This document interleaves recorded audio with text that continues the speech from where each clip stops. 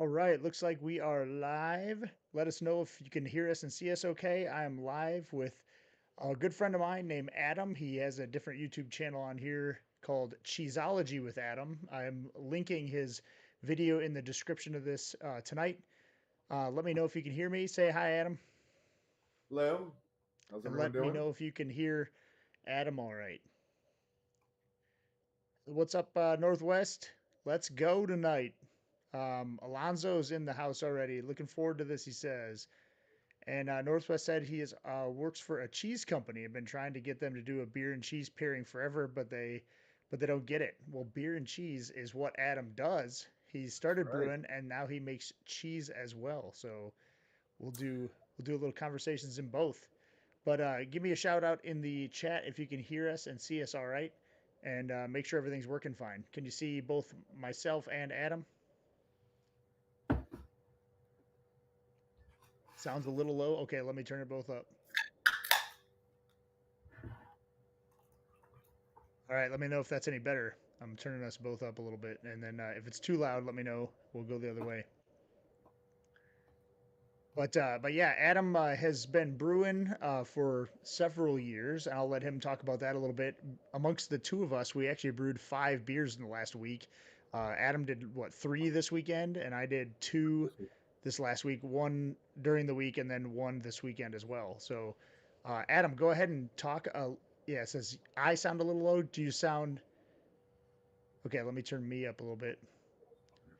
All right, maybe that'll be a little bit better. Adam, why don't you go tell everybody how long you've been brewing, how you got started brewing, and talk about favorite beer styles and stuff like that. Yeah, so I've been brewing only about probably 6 or 7 years, somewhere around there, but I've been making cheese longer than that. Most cheese is a fermented food product. So liking cheese and beer, it kind of goes hand in hand. But as far as styles, I really like a lot of German styles, a lot of traditional styles. Actually, I like most styles. I would probably say what I don't like is, and this usually isn't a popular response, but like a imperial stouts or barrel aged stouts. That's not really my thing. But I'm really into a lot of most other styles. This weekend, so Dennis and I are both in a competition. A couple competitions coming up. One is an internal competition in our homebrew club. So I won't say what that beer is, so Dennis doesn't steal my idea or give me a bad rating. But this weekend, I also brewed a winter spiced ale that has ginger. It'll have a cinnamon stick tincture. And then also, I take currant raisins and I soak them in a spiced rum. And I put the last two in. I put the ginger in at the end of the boil, two tablespoons, and I put the cinnamon stick tincture and also the raisins in without the liquid, just the raisins, in about a few days before I'll keg.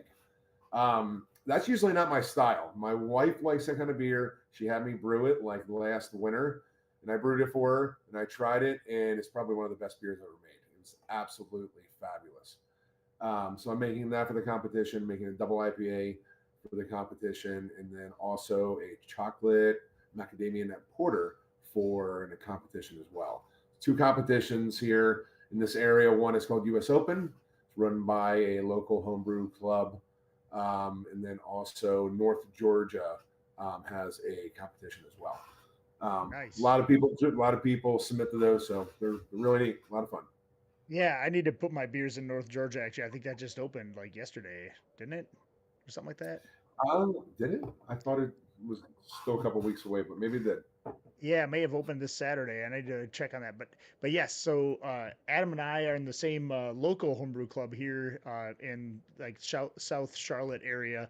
And so we do some local competitions in our brew club, but we also do regional competitions. So a lot of the beers he's talking about, we'll put in those kind of regional competitions as well.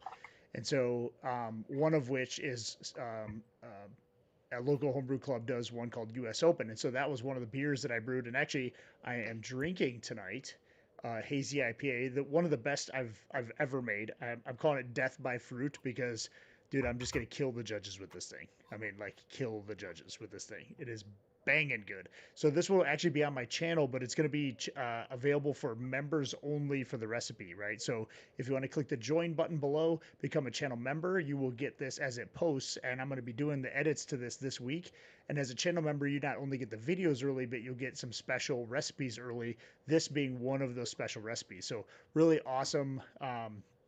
Recipe that I did. I took everything that I basically know about hazy IPAs that have been brewing for several years now, took the best of everything, threw it in a beer, and this is a crushable hazy IPA. So this one, I'm hoping in the last 2 years, I got. Uh, I did bronze 2 years ago, and then I got silver in the same category last year. This year, I'm going for gold. I'm like Babe Ruth. I'm like pointing for the. I'm pointing in the outfield. I'm like gold, going for gold. So I entered this beer in that competition as well. That's for that regional competition, and hopefully it turns out well. But since it's so good, and I'm putting all my hazy knowledge in there, that's gonna be for members only. So go ahead and check that out. I also have a blackberry sour, which I've done on the channel a lot. So I didn't film that one. I'm not gonna put that on as a video, but I brewed that one last weekend. I just picked up 6 pounds of fresh blackberries that I'm put in the freezer today to throw into the secondary probably tomorrow or Thursday or tomorrow or Tuesday, excuse me, so I can have that ready. I'm doing a in-house brew session. Adam's coming to along with a bunch of other people from my brew club next weekend, and we're brewing up a Mexican lager, and I'm calling it Ocho de Cinco because we're doing it on the 8th of or Ocho de Juno because I'm doing it on the 8th of June rather than Cinco de Mayo. So that's gonna be pretty funny. But having a bunch of people over for that, it's gonna be awesome. I will have that one on the channel. I'll film a little bit while people are over and doing stuff, but I'll kind of showcase the beer and how it turned out after the fact. So I'll still have the recipe available for people. But that's gonna be a sweet, awesome summer beer. Really looking forward to brewing that one. It's gonna have some Motica hops, which are like lime flavored hops in there, so that'll be really good. But a really good crushable Mexican lager, so that'll be awesome. And then today I brewed a lime and a lime flavored pale ale. Also, so that one will be on the channel in a few weeks as well. But before I forget, I want to give a shout out to Working Theory Brewing, really cool, awesome small brewery that opened up just south of the Charlotte area in York, South Carolina. I stopped there and the beers were phenomenal. I know he follows the channel, but that's not the reason I'm saying that because I would be way 100% upfront if the beers were so. They were not at all. They were awesome. So shout out to him. He threw me a hat when I was there and told him I would wear it when I was on a channel and on my live stream and stuff. So shout out to Jesse, who is the head brewer and owner there. So that's gonna be awesome. Adam and I are actually going to visit there on Friday, so it's gonna be awesome. Can't Can't wait wait for you for to try that. their beers because I've been raving about them. So Adam needs to see if I'm also going to be truthful because they are delicious. The beers are awesome. So Adam, how'd you get into cheese making? I know you said you've been brewing. You've been actually making cheese longer than you've been brewing. Yes, I have. So I like to do things that kind of follow a process. That's kind of, I'm kind of process minded. I've always liked good beer. Probably since my first good beer, when I say good, like craft beer, I had was probably in the late 90s. And ever since then, it's been my thing. So I thought about starting to make beer several years ago. And then I decided, for some reason, I decided that cheese making sounded a little more interesting at the time. And it really is very interesting. So I started with cheese, had a lot of failures in the beginning. Cheese is can be very difficult. I didn't know anyone that made it. Not like brewing where you do with a buddy, you learn from each other. I just went online, read things, got a couple books, and kind of figured out trial by error. And it's fabulous. And then from there, got into my wife also likes craft beer, so we got into brewing. Probably, like I said, probably 6, 7 years ago, something like that. And we had a small setup in our house in Pennsylvania. That's where we're from. Now we're in South Carolina. And we moved down here. We dedicated half of our garage to just a brewery. So Dennis and I always kind of go back and forth about equipment. I like the shiny stuff. I like to be able to dial in things. You certainly don't need all of that to brew a good beer. Um, but yeah, so we brew pretty fairly often. Usually try to keep the kegerator full. Just brewed three today or three this weekend. But yeah, it's kind of how I got into it.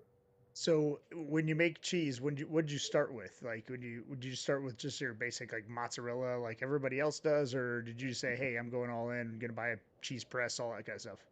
I think the first cheese I made was a mozzarella. That's for anyone that's looking to get into something like that. That's an easy win. It's easy to make. It's like it's a process, just like brewing. You have to follow the process, but you can eat it right away. There's no aging time. You can actually, I can take a gallon of milk and a couple other small ingredients, make that into mozzarella, and be slicing that probably within an hour, and it's still warm from processing it, and it's absolutely Awesome. fabulous. So Slice it pizzas or whatever. yeah, so I mean, those are things you already have on your channel now. So people are interested in like make how to make that stuff. Mhm. Cheeseology with Adam is his channel name. I have a link again in the video description if you want to check his channel out.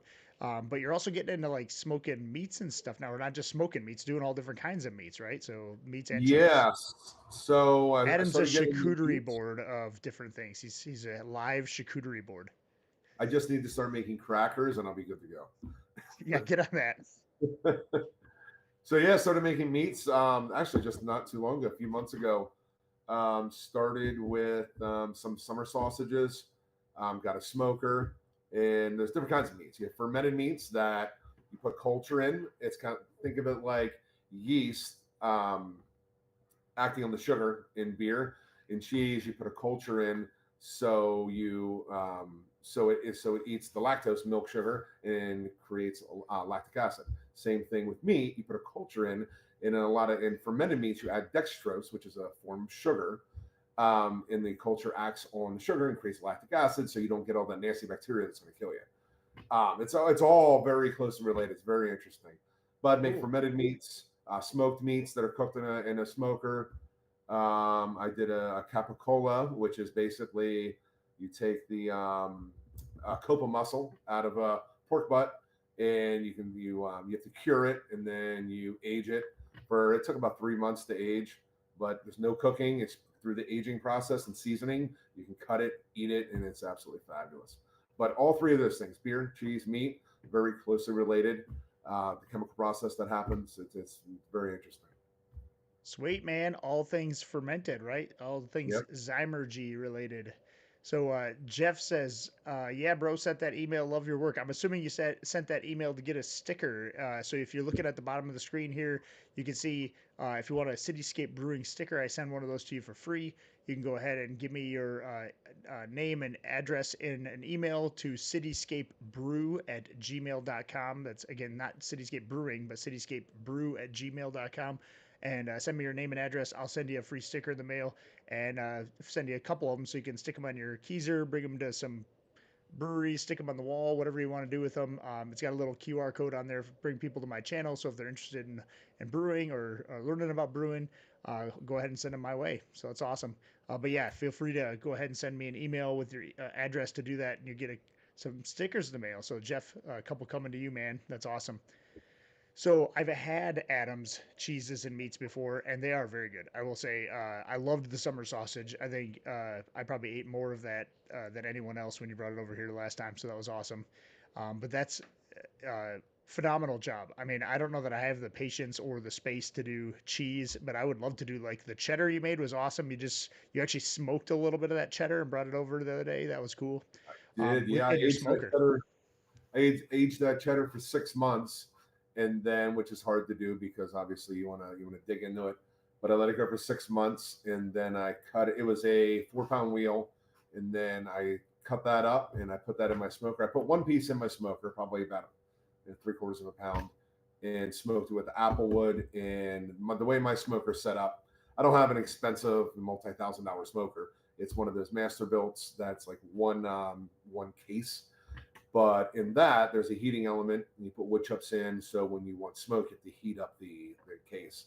What I did was have an add-on piece that goes on the side, so you can heat up your wood chips, create smoke, and I didn't even turn the heat on at all, and it just cold smoked it, and it worked out perfect. So I put the rest of the cheddar in there. I did it all like that. So I just had some tonight. Really, really good. Nice. I just had a huge lightning strike right by my house. So if we go out, it's because I lost power and we'll get back on. But holy cow, that thing like lit up my room. I don't know if people saw that, but it was like I think it hit my front tree. No, I'm just kidding. It's not. It wasn't that close, but I did not expect that. But anyway, so you got into beer brewing and you've been brewing ever since. You brewed, but you brew as much as I do, and I do the channel, right? So you brew a lot of beers. We share them. We and your family and friends drink them and stuff like that. So that's awesome. But talk about you know some of your favorite styles. I know you said you didn't like the barrel aged stuff. I'm not a huge fan of that either. I'm like you. I like a bourbon or a rum or something like that. But if I'm gonna drink one, I'll just drink that. I'm not a big barrel aged person. I know that's again, like you said, some people are all about that kind of stuff. I think Mhm. it's good to have one once in a while, but it's not something that I'm gonna necessarily want 5 gallons of myself, right? Like I don't think I'll brew that ever because I just don't think I'll want. I won't drink it fast enough, right? That kind of thing. Tonight I'm drinking I believe it's a Charlotte brewery. It's a German Pilsner style beer, Gildy, I believe is how you pronounce it. I love German Pilsners, Czech lagers, Schwarzbier, a good Irish stout. Really, I'm kind of all over the board with the styles I like. Dennis makes several excellent hazy IPAs. So I always like to rate his taps when I'm over there. Yeah, so but you're kind of like the noble hops, like you like the traditional, Yeah, like the pilsners and the um what am I trying to think the one from the Cologne, Germany, Hefeweizen Kolsch. and I don't know why I couldn't think the of Kolsch, Kolsch. but Yeah. yeah, big Kolsch fan, alt beers, that kind of stuff. And I like those too. I haven't brewed enough of those, and I was just talking to you the other day. I was like, I need to do more lagers, and so this summer I'm actually doing a German Pilsner. I'm doing a Vienna lager, and then this Mexican lager. So I'll have 3 lagers basically in a row. I've done Oktoberfest and stuff like that before, but I don't do enough traditional lagers, so I need to get into that a little bit. So you'll expect those on the channel this summer because I'm going to be doing a bunch of awesome summer beers, like a good German Pilsner. I mean, obviously that's about as a light, clean, crisp beer as you get. But awesome to just have a glass of after mowing the lawn or coming in a hot day, whatever. That'll be one of the next ones that I do after this Mexican lager that I'm brewing this weekend. So gonna be a really awesome beer. I'm looking forward to doing some of those styles because I just haven't done enough of those for the channel. I've done one in the past. It's been several years just because you can kick out ales way faster. And I think that's some of the hype beers too. So the IPAs, of course, the hazy IPAs, the cold IPAs. I mean, every type of IPA people want to brew, right? And so those, I think, when you get into craft beers, I think a lot of people they tend to kind of gravitate towards those style beers when they go into a brewery, that kind of thing. But as you appreciate beer more, your beer uh, palate expands a little bit into some of those other different beers. Some people just aren't a bitter beer fan, so some people like the brown ales and the porters and the other stuff like that because they're just not as bitter as an IPA. But I think the craze, at least right now, and like the hype is the IPAs, the hazies, the cold IPAs, those kind of things. So that's awesome. Let's see. Jeff says, cheese and beer, you had me at hello. Yeah, well, there you go. Go check out his channel. Northwest is in the house and saying overflowing with beer. I'm always overflowing with beer. That's why I invite people like Adam over to help me drink it all. And then Chris says, hey there, boys. Welcome to the channel. Go ahead and ask Adam any questions too in the chat. We'll try to get to those when we get to them. Um, but Adam has a channel where he makes cheese. He's going to start putting kind of different style meats and stuff on there, but mainly cheese on his channel right now, where he's got mozzarellas and cheddars. And talk about the other different style cheeses that you have, though, Adam. On like you have a bunch of different like Yeah. braised or not So braised, but I, different aged cheese. so I just recently wrapped up I call it the Bloomy Rind series. I believe Bloomy Rind cheeses are things like Brie, Camembert, Triple Creme. There's something called Cam Blue, which is like a cross between Camembert and blue cheese, and they're categorized as surfaced ripened cheeses, meaning you actually introduce certain molds that make it white on the outside, and what it does, enzymes work from the outside in and ripen the cheese. And then if you ever cut a ripe like brie or camembert open, it's kind of oozes out without being melted. That's the enzymes working on that. So I just did a series on that. Great cheeses. They don't age super long. Like a camembert you can eat that within a month. But some other cheeses, I'm a big fan of like blue cheeses. I have a great video on Roquefort style cheese, Roquefort style blue. That's traditionally it's a French cheese made with traditionally made with raw sheep's milk. I make it with cow's milk, but I have all the ingredients, all that kind of stuff on there, and video on how to do it, and it comes out excellent every time. I usually make 4 gallons, so you can usually roughly say a gallon of milk. You come out with about a pound of cheese. So you spell 4 gallons of milk, you get a little over 4 pounds of cheese, and it never lasts long. I'll take it to our brew meetings, share it. Same thing with the meats. Um, but so I have blue cheeses, blue Ryan cheeses. I have a cheddar video. I think I'm about 18 videos on there right now. Cream cheese, Um, even. You got cream cheese Cream going on there. cheese, that's easy to make. That's even easier than cheddar or than mozzarella cheese. It takes a couple days, but it's easier. There's not as much to do, and it turns out great. And then you can add anything you want, fruit, spices, or whatever you want to that, and it turns out really really good. It's better than I think it's better than what you can buy in the store, like Philadelphia cream cheese. Oh, But yeah, all definitely. kinds of stuff on there. I'm about to make a I think I'm going to make a Stilton blue cheese, which is just blue cheese is a whole family of cheeses. There's all kinds of different blue cheeses. You have Gorgonzola, you have Stilton, you have Roquefort, you have it's on and on. There's Spanish blue cheese. There's all kinds of blue cheeses. Some are very potent, some are very mild. You have everything in between. Some are aged, some are very fresh. But yeah, it's I think the next one I'm going to do is probably a Stilton blue cheese. But it's the same process. It's a fermented cheese. All aged cheeses are fermented cheeses. Anything you add a culture to, where you're making the culture act on the milk sugar, lactose, and turn it into lactic acid, that's the fermentation process right there. Yeah. And then through aging, those cultures develop the flavors that you get. It's funny. Some cheeses actually have the same ingredients, but the way you process it and the aging that you do, that it may differ a little bit. Well, you'll come up with different flavors, and actually creates different types of cheeses. So That's awesome. I'm actually gonna try that cream cheese. I think because I actually buy a lot of store bought cream cheese, but I'll get this cream cheese from one of our kind of local places that make it fresh, and it's just way better. And I can't imagine that it's probably even better if you make it yourself at home like you do. So I'm definitely gonna try that. And you need those days to make it like that. That's sour, right? It's cream yeah, cheese is like it's almost like a sour cream where you're having a little bit of that lactic acid buildup. I'm assuming is what makes it the that's sourness to it. exactly it. Yep, Right. that's exactly what gives it kind of that tang. It's the buildup of lactic acid. Now you don't have to have pH reading gauges and all those kind of things. It helps in the cheese making process, and you can get a good one with like a little point on it that you can stick in the cheese for maybe 50, $60, something like that. They make all kinds of products. But that's one where I monitor the acidity. If it's too acidic, it's going to be too tangy when you eat it. If it's not acidic enough, you're not going to get that cream cheese flavor and Yeah. kind of a So for so. people who are brewers, could you use the same like pH meter that people use for brewing, or do you have to have a different one that like just you just stick in there, or what? The one I have for brewing, it's kind of like a flat end, and it has a ball like kind of up inside, and I just put that in the work. Like if I'm looking at the pH on after my mash or during my mash to see if I hit my pH. The one I use wouldn't be well. I guess you could put it into like the whey when it's the liquid, but I have another meter that has a little point on it, a little glass point that I can actually put into cheese. Like if I'm like cheddar is actually a process called the cheddaring process. What that actually means is you're just letting it acidify longer than you would on most other cheeses. Um, but that's all cheddar is. It's actually a process that you follow to make that specific cheese. When I'm making that, by the time I'm looking at and testing the pH, the curd is pretty tough. So I need something with a little point. So I have another meter that I just kind of stick in there. Okay. It's really expensive.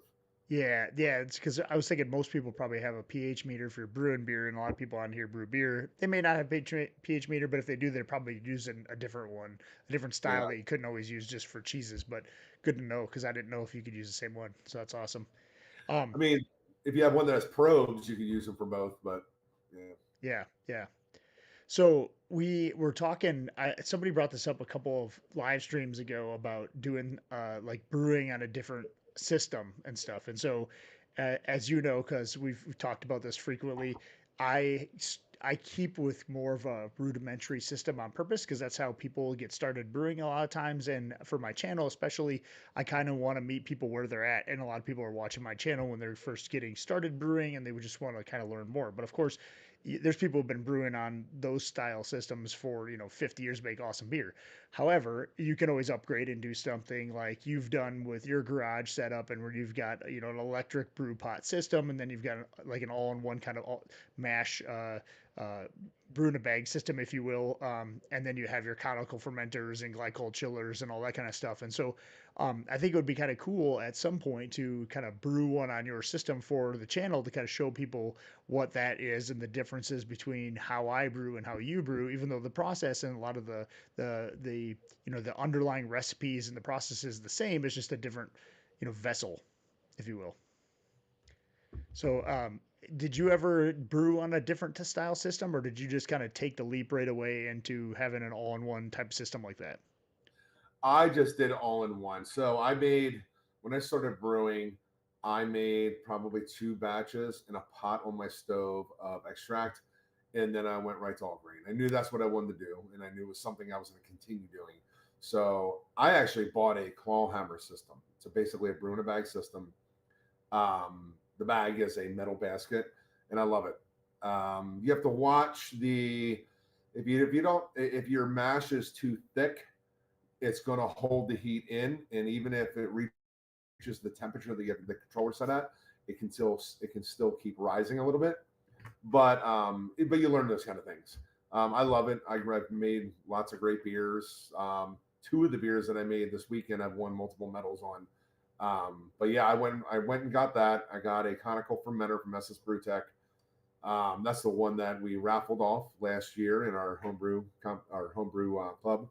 And Right. then since then, I have 3 others. Two on all three, I can temperature control with glycol. I have a glycol chiller, and 2 of them I can pressurize as well. So if I want to do, I have glycol, so I don't have to do lagers at ale temperatures with the spunding valve, but I have that capability. So what a spunding valve is basically a pressure relief valve that you put on your fermenter. You might have seen one in a brewery. It kind of looks like a little glass cup with like a little ball on the top. What that enables you to do is you can create lagers at ale temperatures. So you don't necessarily need a glycol chiller, and all that stuff to chill it. When I was getting set up in my brewery here in my house when we moved here 2 years ago, I had never really explored that. So I got my spunding valve. I just have one, and I play around with it here and there. But most of the time, if I'm doing a lager, I just hook up the glycol and just do it traditionally, a, uh, um, a glycol chill for the lagers. Yeah, I think that's how a lot of people get started with the extract kits. I did that for actually way longer than I probably should have. I did it for several years, actually. I probably did it for like 3 or 4 years. And I was really just trying to get that down, and I didn't really know what I didn't know, I guess. And I had some friends that did all grain, and I went over there one time. I'm like, that's really not that different than what I'm doing. And so, um, but to me, it was just like, okay, well, I got this kit, and it came with everything I needed. I didn't have to think about 15 different grain types and that kind of stuff. And so, but once you make the jump to all grain system, whether it be as easy as a Rubbermaid container like I use, or something as if you want to buy an all-in-one system, whether it be a claw hammer or grain father or what have you. um, it's really not that hard, right? And there are a lot of recipes online that you can just look up. You don't even need to think about them. They're already there for you. There's hundreds of them online. And then you just buy what's on their ingredient list, right? And try it out. And over time, you'll learn what you like and what you don't like and what you can change and all that kind of thing. But I think that's how a lot of people get started is with the extract kits. But I think there's just a lot more versatility when you get out of the extract realm into all grain brewing, obviously. And then to me, there was always just some limitations on the extract kits, right? You have what you have, and there's not really any changes you can do to that. Where like when you add hops and that kind of stuff, you could up that or that kind of thing. But what comes in your kit comes in your kit, and when you are doing all grain, you can be like, well, I don't really like this, and I can leave something out or change something a little bit, and so that's something you can start playing around with. And I think that's what makes all grain to me a lot more fun because not only the entire process, like if you're going to a brewery and doing it, but also you can tweak things to kind of make them your own. And maybe you love a beer, but maybe not one of the hops, or maybe you don't want it as bitter or something like that. You can always kind of change some of that stuff around, kind of make them your own, you know. All right, let's see, man. What are you drinking, Adam? Did you pop open that Pilsner? I did. It's absolutely Sweet. fabulous. It's Oh, look at great. the fantastic glass. Go with it there. Yeah, I got a Pilsner too. I'm gonna try out. I also grabbed some Sam Adams. I haven't had Sam Adams in like forever, so I picked up a 6 pack of that, and I've got a couple of other beers too. We're gonna try out in here in a little bit, but yeah, it was a fun weekend of brewing too because I got I won't get into detail about my other beer other than say it has limes in it because I already said that, but that's the one that is in our competition. That one turned out I think pretty good. But one of these things like you always get done brewing and you're like, man, I wish I would have changed like one little aspect of that. And one thing that I did, which I kind of wish I wouldn't have, is I added a little more crystal malt than I wanted to. So it'll be a little bit uh, it'll look more like an IPA than a like a cleaner, crisper pale ale. I wish I would have had a lot lighter color. I probably should have added really any crystal malt. I probably should just added like a little honey malt or something like that in it instead. Give it a little something something. But Funny you oh say well. that. The beer that I made for that same competition, you're talking about the internal one? Mm-hmm. Yeah, so I started brewing and I switched out my hops at the last minute. And then which I think will complement. And you already said your lime, so I'm using grapefruit for mine. So what this Nice. competition is, it's a we have to make a low ABV beer, 4.5 to 5%. It has to be SRM, standard reference model of 30 or less. So it can't be. It has to be a very light beer, and we have to use one citrus fruit. So I'm Yeah. So using. IBUs 30 or less. So SRM is it was IBUs, so light bitterness. I thought the SRM. I thought the color had to be less than 30. Well, 30 would be a lot. That would be like a porter. Do I have that wrong? Hold on. So IBUs should be lower too, lower than 30. I didn't think that. I have the slide here. But anyway, Anyway, I yeah, use grapefruit, and I switched out my hops at the last minute. But then it was a little too light for what I wanted because of one of the grains I used. I didn't want it to look milky.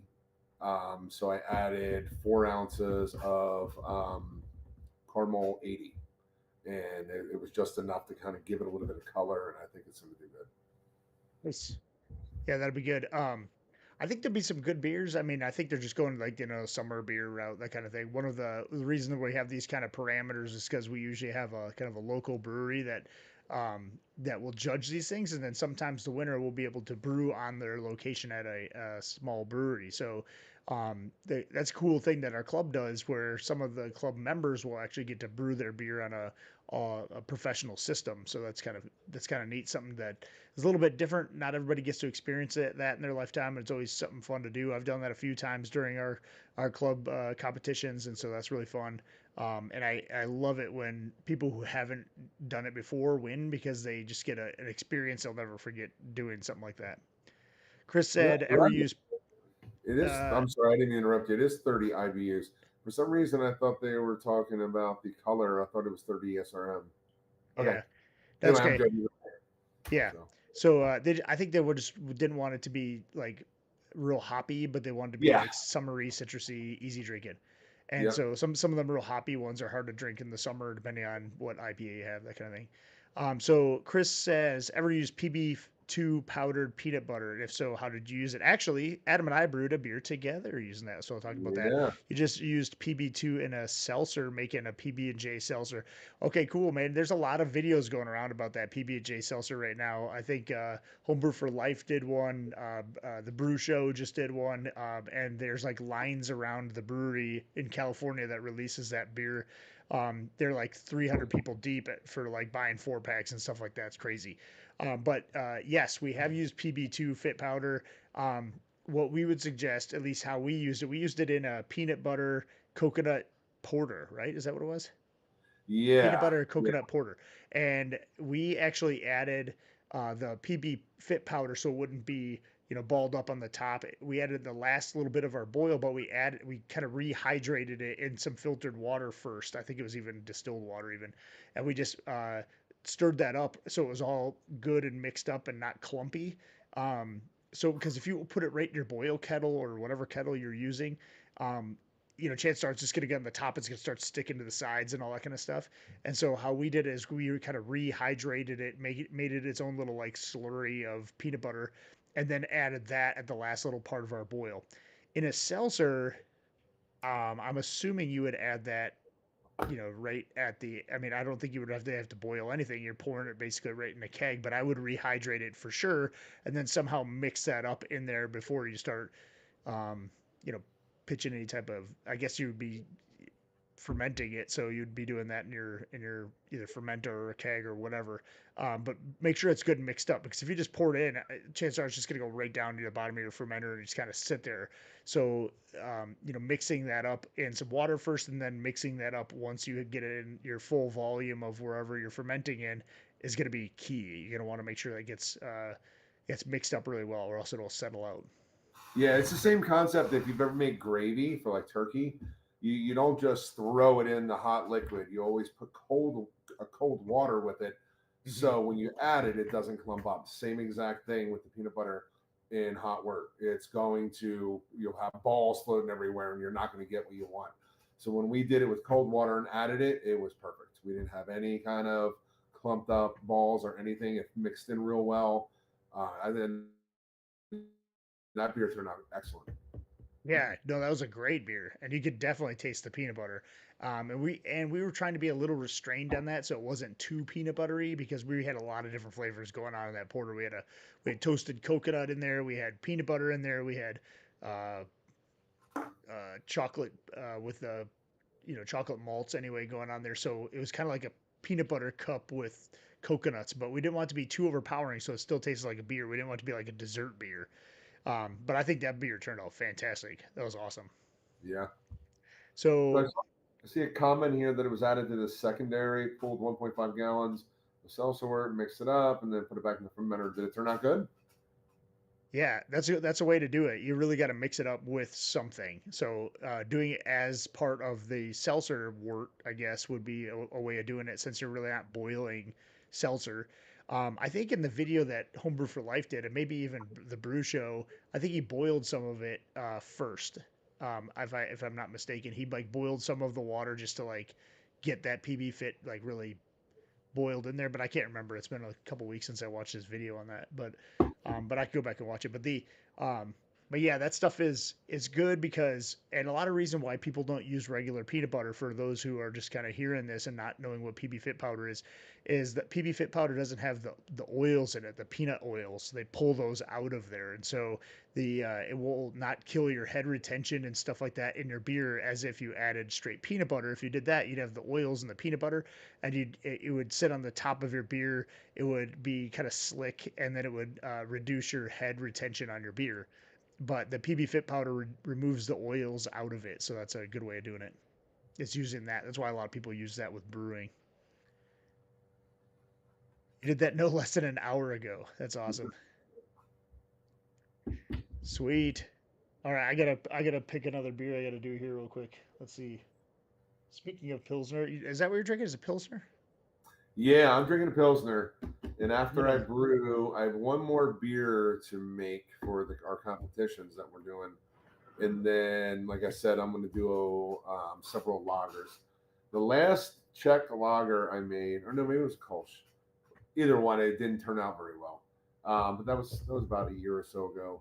But I've been doing some research on Czech lagers, and I love that. I love Saz hops. It's probably one of my favorite hops. That and Citra. So I'm very excited to do some good pilsners and lagers here soon for the summer, late summer. Nice.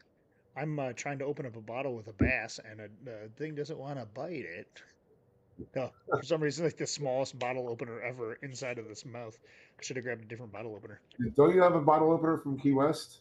Yes, I do. I should have grabbed that one. Dang it! I had this one sitting on my desk already, but it's a largemouth bass bottle Uh, opener. Look at that.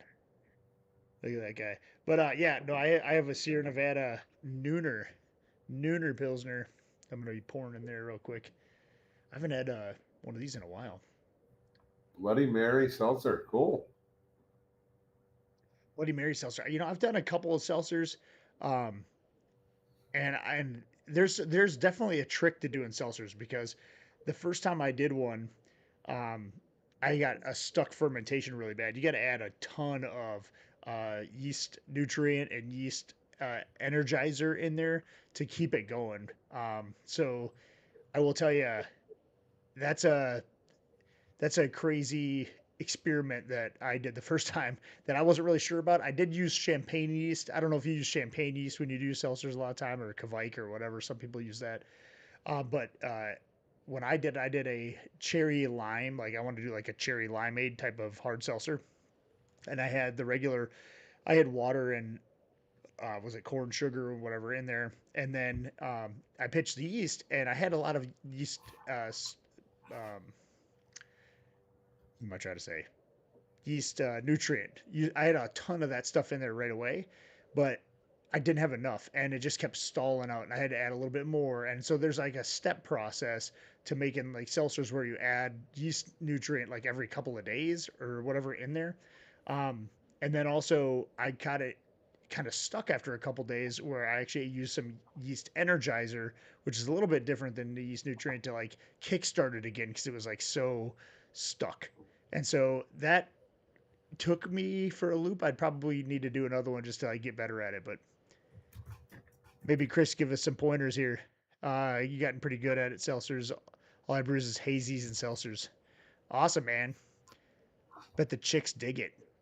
That's why you got to do it because the chicks dig it. So the yes, Northwest. I don't know. You probably don't get. Oh no, you get Sierra Nevada there. Nooner is Sierra Nevada. That you probably get him up there. You probably don't get his Bell's beer up in he's in Portland, Oregon area. But Bell's Brewery started shipping like all over the country too, so you might be getting that pretty soon. I thought that was Bell's at first. It's Sierra Nevada, but yeah, Nooner, Bells. man. You wake up, you have this at noon. Well, it's a breakfast beer, right? Breakfast. Actually, that's probably the color that mine's gonna come out. Well, no, it's probably mine gonna be a little bit darker than this. The pale ale I just brewed today. Omega's proper seltzer nutrient mix is the bomb. Okay, so they've kind of figured that out since I did mine a few years ago. I use that with Lavalin one. That's the yeast I use, the 1118. So you use two of those Lavalin 1118 yeasts. That's so I used one. That's probably my mistake too. And then the proper starter seltzer mix, that's probably just got a crap ton more um, nutrient because I had to just keep dumping tablespoons of nutrient in there, and I was just getting stuck and stuck and stuck. And then finally, I was just like yeast energizer, and then that thing just took off after the yeast energizer. You don't need to add very much of that. My guess is that proper seltzer stuff probably has both. It's probably got nutrient and the yeast energizer stuff just to help it really get going. Because unlike when you brew with beer and you get a bunch of like grains and stuff in there to give it nutrients, there's just nothing in water and sugar, right? And so the yeast just isn't in a happy place without all that nutrient. So you got to add a ton. See, someone made it is in the cold IPAs. Dennis just made an excellent cold IPA. Um, Yes. So IPA, cold IPA, not to be confused with IPL.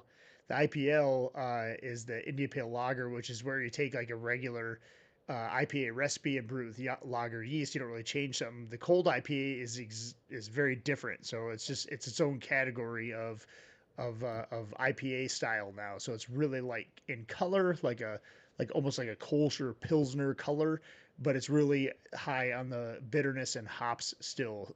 So you get like all of that citrusy and bitterness that you want in an IPA, but it's super crushable, clean, crisp beer like a Pilsner or a Kolsch, and then is brewed with a lager yeast, but at ale temperatures. So unlike the IPL, which is the same beer but brewed cold with a lager yeast, the this one's brewed with lager yeast but at ale temperatures, so pretty cool. So those get interchanged a lot, but I just wanted to clarify because some people think they're the same beer style and Definitely not. I am a huge fan now of cold IPAs now that I brewed one. The one I brewed wasn't exactly my favorite I've ever had, but it was up there. It was pretty good. But there are some now commercial beers. Everybody's kind of getting on the cold IPA bandwagon since people started doing those a few years ago. And there's been some really good commercial styles that have come out on cold IPAs. So pretty good. Yeah, Northwest. I sent you the cold IPA that we did. And the other one was at Wayfinder. He sent me the 4 pack of Wayfinder. That's the guy I shouted out in my video. So awesome of Northwest to send me a porch bomb of beers. Actually, I still have one of your beers, and I put it in here. One of the Stash Panda beers. I forgot it in the back of my fridge, and I found it. So last summer, Dennis, as you know, my family and I, we go to national parks all over the country in our RV, Oh yeah, yeah. and not just go to national parks, but we go to breweries all around those national parks all over the country. Last year, we went out to the West Coast, up in Washington, Oregon, and California, and we specifically made a trip to Wayfinder, where the cold IPA was first created. Forget the Hmm. brewer's name, but cool place, and the beer was good.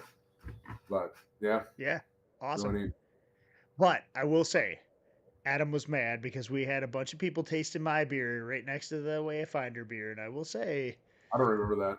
I don't remember that. it was actually at your house. I mean, It was. just on your kitchen counter, no big deal. No, I but don't remember no, it actually turned out pretty good. They use like a hop oil.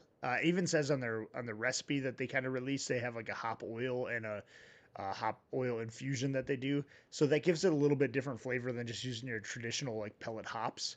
And so the to me, I actually like the kind of traditional hop flavors a little better than the hop oils. Same with like the thiolized yeast when you start coming out with that kind of thing. You can just definitely tell it's a little bit different twang in the beers, and so to me, I just like personally the pellet flavor versus the hop oils and that kind of stuff. No, I've never made a cream ale. Christopher made a comment about a cream ale. I've never made one, and I've been kind of wanting to do one.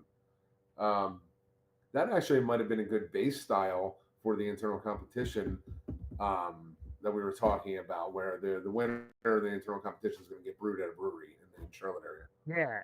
And there's so when I feel like when you start a brewery, you have to have like three base styles, right? You got to have your beer, your lawnmower beer that most people are gonna like. So that can be a cream ale, which is sometimes not good depending on how you brew it. If you're not very good at them, or if you don't have a good recipe, they're easy to kind of mess up too. But those are the ones that generally people will go like, give me what's closest to light beer.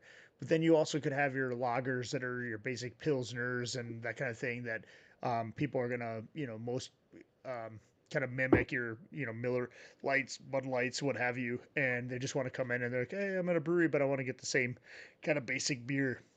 So, although those may not be your favorite styles as a brewer, you have to brew a lot of that because um, talking to brewery owners, they're going to say that our most popular beer isn't what most beer fans love. It's these, Yeah, these styles that people want that they're more familiar with that aren't hoppy and that kind of stuff right away. But then they'll that also sell the crap out of a hazy or a West Coast IPA because the people who do like that stuff will buy that. And then all the other stuff in between is like the filler stuff, right? But they're surprised how much they have to brew basic beers. Like and cream ales are usually one of those, but I do like a good cream ale every once in a while. I don't know. yeah. I've never brewed a I haven't Got to brewed a brew the cream ale in a styles, while right? either. Yeah, yeah. That's It's what, not about that's you. what, It's about the consumer. that's right. What keeps the So lights on? That's what yeah, nice. That's what's nice about being a home brewer. We can brew any kind of obscure style we want, and it doesn't matter. and you can dump it out if it sucks, and you don't lose any money. Well, you do lose money, but like a fraction of what you would lose if you're at a brewery. But yeah, so Five yeah, hundred gallon. yeah, yeah, yeah.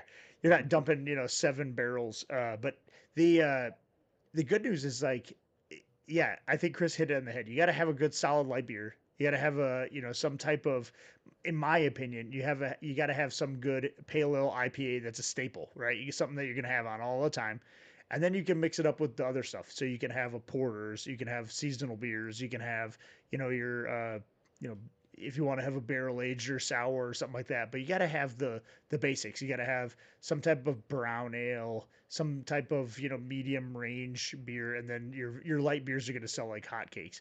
Um, in today's world, just with where we're at with breweries, they're going to have hazies and they're going to have, the cold IPAs and those kind of things. Um, but that's what kind of people want, right? I mean, I look at even my channel as kind of a gauge for that.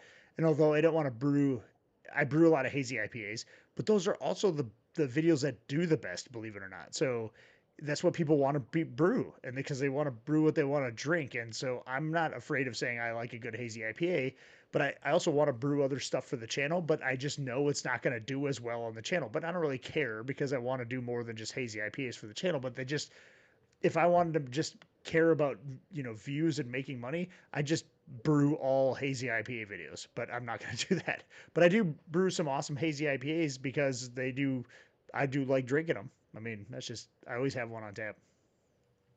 Yeah, I don't mind drinking your beer either. Yes, yes. I mean, I'm a fan of your beers as well. So when we go over there, we share. That's what it is, right? I mean, I don't, I don't, I don't drink enough beer to drink all of my beer. I need help drinking my beer because I have too much beer, and so Well, happy to have you guys over and your family drinking my beer. That's fine. we, we certainly love to. The chocolate macadamia nut porter that I'm making, the fourth and final one that I'm making for the competitions that are coming up. The last time I made this, Dennis always kind of busts on me about this. Is it was delicious, absolutely phenomenal beer, How many and gallons did you have? 5 gallons, and it Hmm. lasted like 3 days. So if you're doing the beer math, that's like It's over like a gallon a it's like two day. pints a day. No, Two pints. Yes. Yeah, yeah. it was So delicious. him and his wife So took down a 5 gallon batch in 3 days. so it's toasted macadamia nuts because you want to get the oils out so it doesn't Hmm. affect head retention and also gives you some more flavor. And then cocoa nibs in the mash. That's the way I did it, and it turned out. I mean, absolutely amazing. Really, really good beer. I don't know why I haven't made it since then. But yeah, making it in 2 weeks once I have an open fermenter. So I have three. Like I said, I have three fermenters. I also have a bright tank. I might actually transfer a beer once fermentation, active fermentation is done on that citrus beer. I'm thinking Hmm. about transferring that to a bright tank, and then I can open up a fermenter Nice. once all the trube drops out. So, but I haven't decided what I'm going to do. But Yeah. yeah, that's the next one. Yeah, and so I definitely have some beers that I drink really fast, but my wife isn't as much of a beer fan as your wife. So she only drinks like or excuse me, not ciders, but well, ciders when I make them, but the sours. And so I always have a tap on for her of that. She drinks, other things like Moscow mules and stuff she'll make here for herself. But so it leaves me drinking the rest of the beers myself, or when I have friends over, them drinking that stuff too. But I'll bring them to the beer club and that kind of thing to help get rid of them. But yeah, definitely. I mean, Adam likes my beer so much he's gonna be parking his RV in my driveway for 2 nights this week and drinking all my beer for 2 days straight. So that's great. Right. So we're going to that brewery of the hat you're Yes. wearing, Yeah. and Working then theory. Yep. your brew day. So when Dennis and I get together, we certainly love to have some beer. So it's going to be should be a fun weekend next weekend. Won't have to drink and drive. Even though your RV is a drivable one, you just gotta park it here. Sounds good.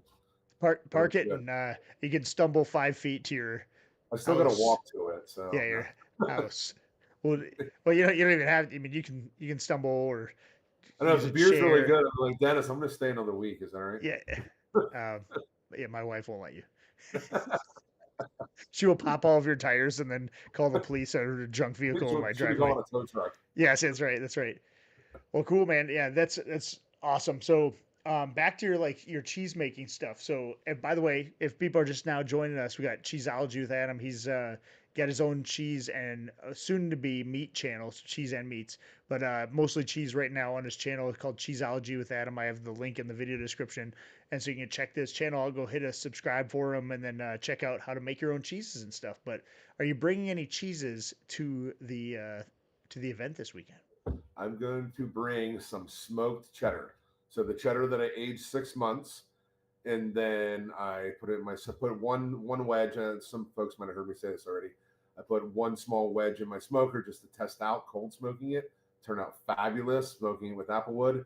So I put the rest of my 4 pound wheel in there, cut it up in kind of like 1 pound or 3/4 pound wedges, and it turned out fabulous. So just over at Dennis's, was it 2 nights ago? What's today? Sunday, Friday night. We were over. Yeah. Yeah, Yep. well, brought Yep. some over. But yeah, I'll be bringing some more of that. And also, I'll be bringing some cheddar infused summer sausage that I made. So that's smoked as Ooh, well. I used high temperature cheddar cheese and mixed that nice. in with meat and spices. And then I smoked that. It's smoking and cooking at the same time. And then all you do is cool it down and you can eat it right then. You just have to Awesome. have the internal temperature at 150 degrees. So I'll be bringing some summer sausage, some smoked cheddar, and drinking all your beer. Deal. That's the way to go. Sweet. Yeah, no, I'm hoping that the blackberry sour is ready because it's getting very close to final gravity. I like to have the blackberries in there for like a week. And so I don't have a week, obviously. And so I'm hoping I can get most of the juices and stuff out in like 2 or 3 days. So I might be pushing it, but we'll see because I got to carb it yet, and I can do that usually in 24 hours or less if I have to. And so we can really force carb that if I need to. But I'm hoping that we hit final gravity on that tomorrow, so I can soak, at least for 5 days or so those blackberries. I like to usually do it for a week, but I can get it done in 4 or 5 days if I have to. It'll soak most of the juice out of the blackberries anyway. So, Adam, did I lose your cam? Oh, there Sorry you go. about that. That's Sorry okay. about That's right. No, I just thought that. I I lost just the I connection had or to yell something. at my daughter to get me another beer, and I didn't want to do it while you were talking. Oh, awesome. But yeah, no, you can get up and do it if you need to. But No, anyway, no, I'm good. yeah. So we got that going on next weekend. We got uh the blackberry sour hopefully will be ready by then. So and then I have the tangerine IPA that I did on the live video. I actually have a different video of that coming out where I do a tasting of that. That's going to come out on a week from tomorrow.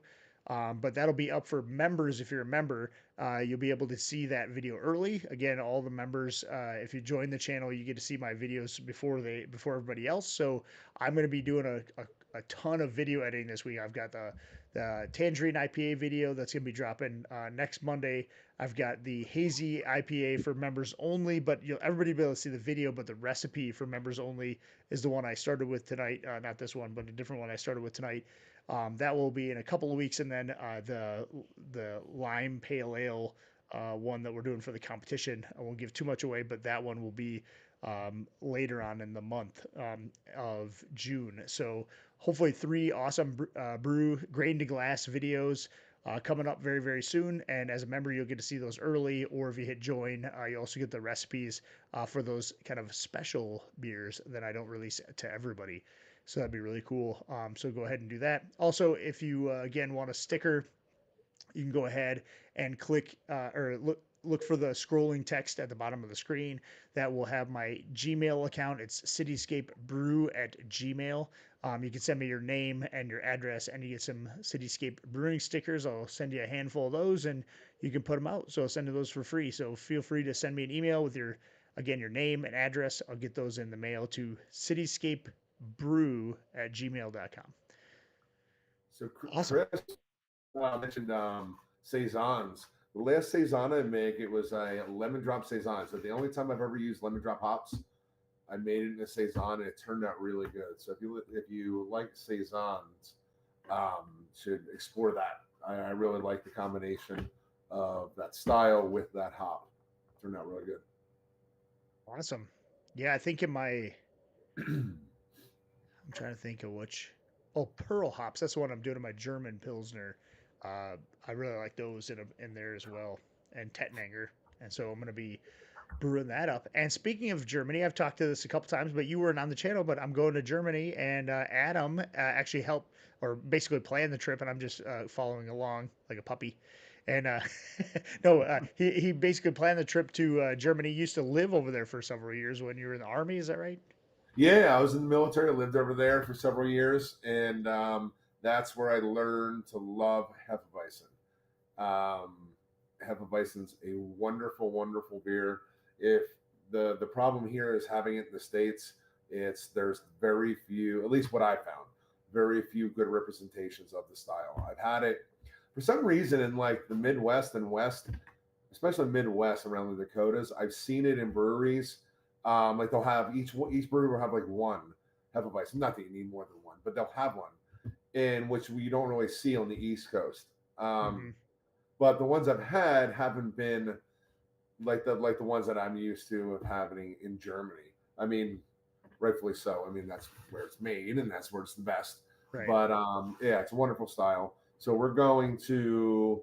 I've been to two Oktoberfest in Munich. This will be my third this year. So we have everything booked. We're going to get there towards the end of September. We'll be there the first weekend at Munich for Oktoberfest.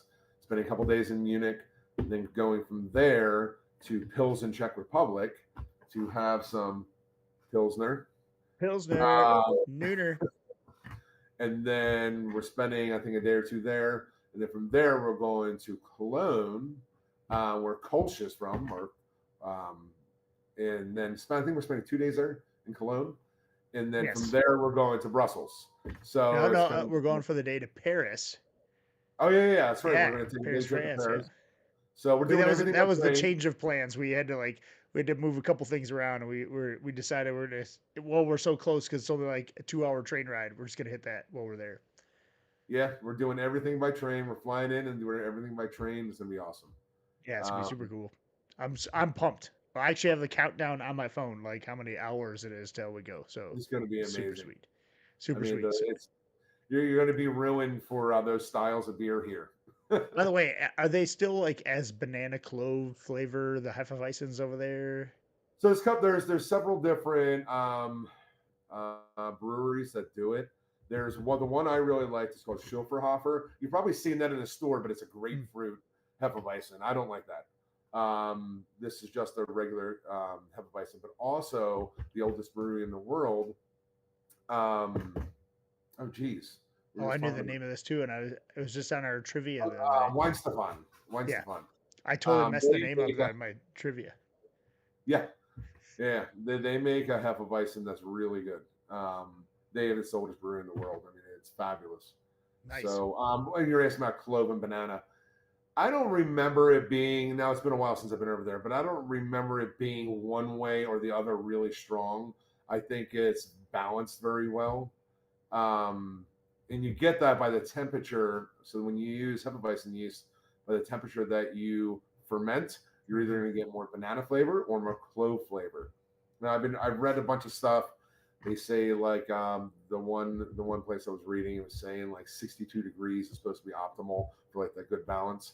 Well, when the yeast I was using wasn't starting off that low, so I had to raise the temperature, and then I got one flavor more than the other. So it's a hard style to do good, and I think that's probably why the style the Hefeweizens I've had in here in the states haven't been like the ones obviously that I've had over there. But yeah, Yeah, it's yeah. gonna be an awesome trip. We're going to take a tour of the Pilsner Brewery in Pilsen. It's been Hmm. there since like 1842, I think it is. It's like And when Columbus sailed the ocean blue. yeah, Just kidding. but the now It's like the as tour old as the Americas. That's all you got to know. Yeah. the tour that we're taking in that brewery in Czech Republic is pretty expensive. It's like 240 krona or whatever. I forget how they pronounce it. It's actually it turns out to be like $13, and it's like a 2 hour trip, 2 hour tour, and you get to go into their cellars and try unfiltered Pilsner beer out of gigantic barrels, and it's That's gonna be I'm pumped. And then it's in gonna be Brussels, we're doing the beer and chocolate tour. Super yeah. awesome. I'm pumped. My wife will give me all of her beers, and I have to probably give her half my chocolates. I give her all the chocolate burgers. Yeah, yeah. No, no. So we're doing the beer and chocolate beer pairing. So that'd be kind of cool. I don't know that I've Yeah. ever paired beer and chocolate together, but I guess it kind of makes sense, right? I mean, you've done your cheeses and beers, and I know you've done like you'd even did a presentation one time at our beer club thing about pairing different cheeses with different beers, right? Yeah, yeah, that went over real well, I think. So I went over kind of a little bit of the science around cheese, and it's very similar. I mean, it's fermented food, like I was talking about earlier, and kind of tied that. So our club is about it's called Upper Palmetto Zymergy Society. So it's Mhm. technically anything fermentation, but it's mainly a brew club. Um, but we've had presentations from people doing lacto fermentation of vegetables. I did one on cheese, but I paired cheese. I had a couple commercial beers, and I brought in some of my homemade cheese. I had a blue cheese, I think maybe a Gruyere, and something else. I forget what it was. But I paired them with beers. I think like the blue cheese. I think I might have paired that with like a an IPA, if I'm not mistaken. And but yeah, it's absolutely delicious. I know someone was mentioning that a little bit ago about cheese and beer pairings. I know everyone thinks about cheese and wine. You Mhm. can have amazing pairings with beer, different styles of beer and different styles of cheese, and it's Absolutely. Yeah, no, absolutely that's fabulous. awesome. That's one of my favorite things to do is like have like is as a beer with some good food, and everybody thinks of like, wings and beer and things like that, but cheese and beer, just like cheese and wine, right? I mean, that's why they do the cheese and wine. Speaking of, I don't think from what I know of you, you're not a huge wine person. But have you ever made wine before? Have you I've tried it? never made wine, and I'll tell you exactly how I feel about wine. And just like the barrel Are aged, you gonna whine about wine? I might whine about wine, maybe just a little bit. Just like the barrel aged stouts that I'm not a fan of. Honestly, I hate wine. It's not my thing. I've tried many different kinds. I've tried it in Europe. I mean, it's just not my thing. Hmm. I love different, all kinds of different styles of beer, good beer. So that's kind of really where I am. Even like the sweeter wines, you're not a big fan of even the sweeter wines and that No, kind of thing. no, not at all. No, it's not my thing. I've tried Hmm. it, tried dry and the sweet and like my wife likes to go to a winery every so often, so I'm like, I'll be the DD, no problem. Yeah, yeah, So yeah. No, I mean I don't it's not mind a my wine. thing. I'd rather You know? I'd rather have a beer. I mean that's just me, but I'll dabble in some wines and stuff like that. I did make a wine. So fun fact about myself, I don't know if I've even shared this on the channel. What's up, Jaggers Brewing? Howdy, how's it going, man? Alonzo, welcome. What's your favorite beer and cheese pairing? Alonzo asked before I get into my story about wine. What's your favorite beer? Probably. So I can take blue cheese and eat it like an apple. So blue cheese is one of those cheeses that either people love it or they hate it. There's not a Mm, whole lot of in betweens on blue cheese. So probably a blue cheese in. So I think when I did my pairing, I did my homemade blue cheese, Roquefort style blue cheese with I think it was Bell's Two Hearted Ale. If mm. you never had Bell's, Bell's is a great brewery, really really good beer, good quality. Yeah, I was But surprised how many people in the United States didn't get Bell's because we do down here, and it's a Midwest beer. Of course, it's from Michigan, but I was surprised a lot of people in California can't get Bell's Brewing, and disappointing because they're one of the better, I guess, multi-regional breweries. They're not, I guess, apparently not national, but they're a huge brewery. They do a good job at that. But anyway, go on.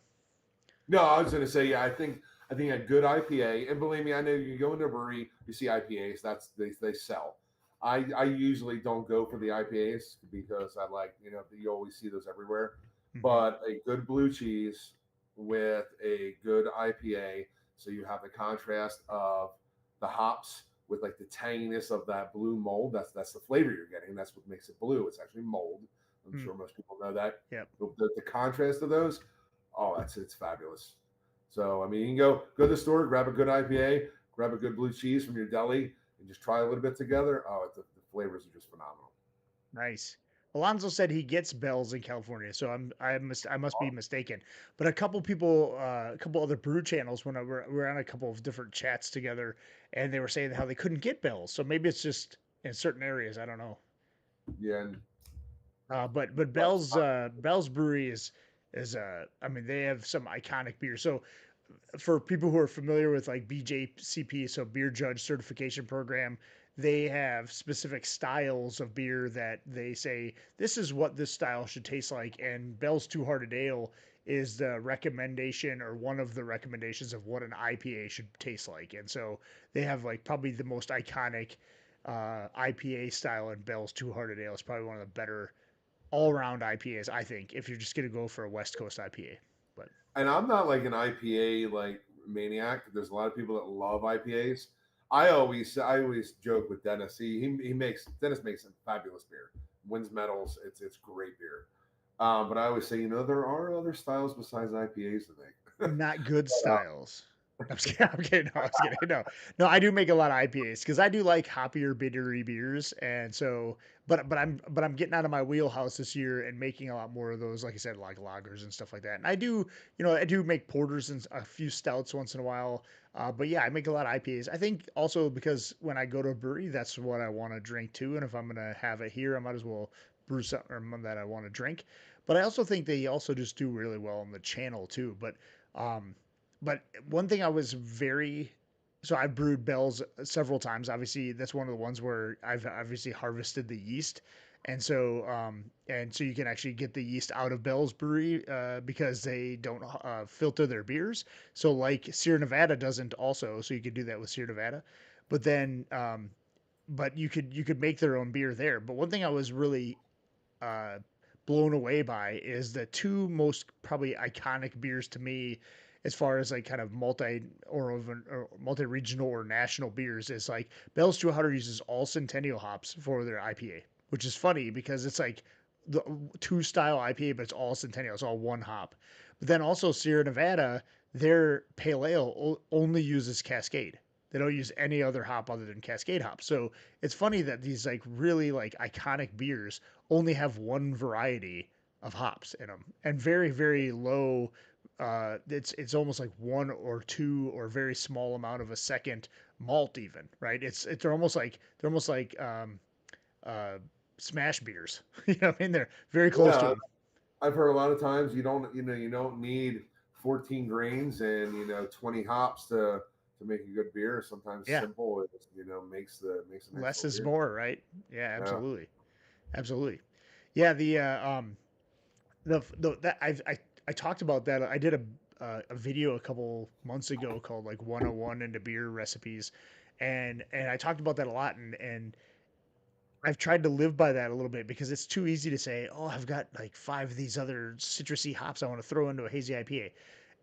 I say that, but then in the hazy IPA video that I just did, I still have four different style hops in it. But I did that on purpose because they have different oils in each of the hops that bring out different characteristics. So if you want mango, you pick a certain hop that has a different Linalool or Geranol or those type of hop oils in it in order to pull up some of those flavors during biotransformation. But that's not to get all geeky, but that's why I picked four different hops. But in some cases, you could pick one or two and make an awesome beer, right?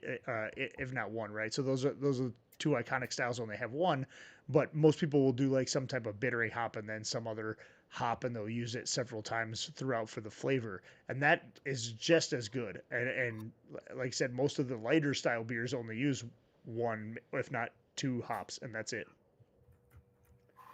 Yeah. I don't much pair beer with food, but cook with beer using saison rye type beers and smoking ribs. Absolutely, man. There's nothing better than people do beer brats. Of course, I boil beer in brats, and I'll do a different style of beer sometimes. A lot of people just do like a Miller Lite and boil it that way, or something like light beer. But actually, brats are awesome boiled in like a darker beer first, and then grilling them. That's a good way to do it too. Cheers, man. Thanks for stopping by. Yeah, absolutely. Also, if people have questions for Adam on cheese making or beer making or whatever, feel free to put them in the chat. If people have questions just in beer in general. I know we're talking about different stuff all over the map tonight, but if you have a different question, just beer brewing related, feel free to throw it in the comments, man.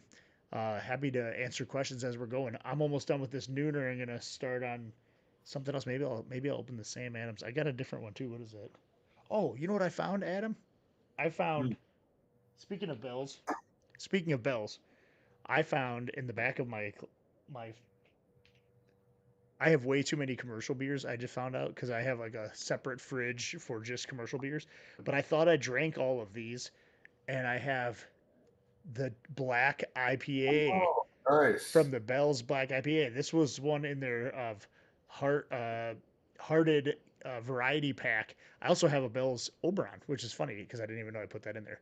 But I have Bell's Oberon wheat ale, so that's a good one. This is kind of an orangey wheat ale, pretty good. I've made this one too, and this is one I compared. I actually did my video on how to harvest yeast from Oberon because it's easier to see through the bottles. But I've cloned that beer before. It's awesome. That's a great beer to I brew. just made a toasted coconut black IPA, and it turned out awesome. So I Nice, got my black from I used midnight wheat malt, and I nice. steeped that overnight in just like room temperature water. And then the next day I strained it, and then I put the liquid in like right. It was like right at the end of my boil, because I think you can still get. I mean, it has might have a little bit of roastiness in a black IPA, but I didn't want to get a whole lot there. So if you put it in too early, at least from what I've read, this is my first black IPA I made. Nice. From what I read, you can still get a lot of that roastiness if you put it in early on. So I put it in right at the end, and also added a pound and a half of toasted coconut into the fermenter. I think like on day 7 or something, and turned out fabulous. Turned out really, Awesome. really. Ty, what's up, man? Love Bell's Black IPA. Actually, it's a fantastic beer. I'm not kidding you. Like I brewed a black IPA this last winter, first time myself as well. Adams turned out good. I've tried Adams before. I really liked mine, but Bell's is really, really good. They just have a good house yeast, and I know they use that for like all of their beers. I guarantee you that's what's in this one too. But man, for what looks like a porter and tastes like an ale, it's a or well, a porter's an ale too, but like what tastes like a IPA still, crazy, crazy good. I just Start, entered 4 beers in the North Georgia Dennis. I'm printing my labels right now. how many is full? Is it full yet? No, I'm no. I mean, I just ordered. I just entered 4 right now. Um, Entry limit 325. Entry limit per brewer 5. Ooh, there's 226. 226. Okay, So I'm doing it tonight. it's like two It thirds won't of the way fill up. full. Okay, it's since it's 9:18 here on the west or east coast. I'll be fine. I'll do it after this. I gotta Registration enter some just beers. opened yesterday, and it's 2 thirds of the way full. That's Yeah, crazy. I'm dude, glad you that's said so something. we both medaled in that one last year. I think. Yeah, yeah. Yeah, because I had I one think from there. my double IPA. I think I got silver. I can't I remember. think I just got one medal off that. But yeah, I have 4 in there. I have my coconut or my double IPA, Serrano Pale Ale, which my Serrano Pale Ale was it's just citra hops, Yeah, Serrano peppers in the last couple minutes of the boil. It's a fabulous beer. And I'm not huge on pepper beers. Like I don't want to drink a beer right. and have throat burning, but it's not like a vegetable flavor. It's just like I mean, you taste the pepper, but it's very subtle, pairs very well with the citra hops. It's fabulous. Yeah, We use Cara Red, Cara Pills, and the Pilsen malt. nice, So I have that chocolate macadamia porter I'm putting in, and then also that winter seasonal beer with nice. ginger, cinnamon stick tincture, and then also Corinth raisins soaked in a spiced rum, which I drain all the rum off before I put the raisins Nice. in. You could do 5 into that one. I might Yeah, do you can that. do 5. Yeah. I might do that. I've got a bunch of You beers know right what? now. I think I'm gonna put that the one that we're doing that citrus beer for our Mm, internal competition. I think I might do that one too. nice. Yeah, that's the one though that last year that they like lumped stuff together into different categories. So I hate when they do that. yeah, hopefully they'll get enough entries though this year where they don't have to do that. Because if you only get like one or two beers in a category, of course they're like, oh well, you're gonna get gold. Well, if there's only two, and you got gold and silver, well then So I think that's why they do it because they want to rate people accurately. I think a little bit, but yes, It's probably not as easy to do that when you don't get like beers from every category. You got 37 IPAs. Well, the problem is that you should limit just how many IPAs can be entered then, right? So it forces people to pick other styles. So hopefully that's what they'll do. But but I think it's probably harder to run one of those competitions than we know. But we've talked about doing that something like that before in the past. Yeah. It's got to be a feat. But yeah, I agree. If they do lump them into groups, they've got to be like comparable groups, right? And so sometimes they were throwing stuff in there that was like everything in the kitchen sink. Yeah. Yeah, I Ty, had there was a competition I was in. I forget what I made, but they lumped it into another category that I wasn't happy about it. I forget what it was. It was yeah, I forget what it was, but it was I just don't like when they do that because you're yeah, not judging that specific style, right? You're yeah, saying, oh, what's the best out of all these? Uh, right. And it's probably just because they didn't get, like I said, they probably only got like yeah, two or three beers in one category or something like that, or maybe only one, and they didn't want to say, well, you get a gold medal because you're the only one that got it. Um, Ty, I agree with you when you say that you can smell a beer and you can tell it's Bell's. They have like their own proprietary house yeast, and it's a very like citrusy yeast. Sierra Nevada does too. They call it Chico yeast, even though they claim that like White Labs 001 and US05 and stuff is all like a Chico yeast. I disagree. I think their yeast for Sierra Nevada is more citrusy outcome, depending on the how you ferment it.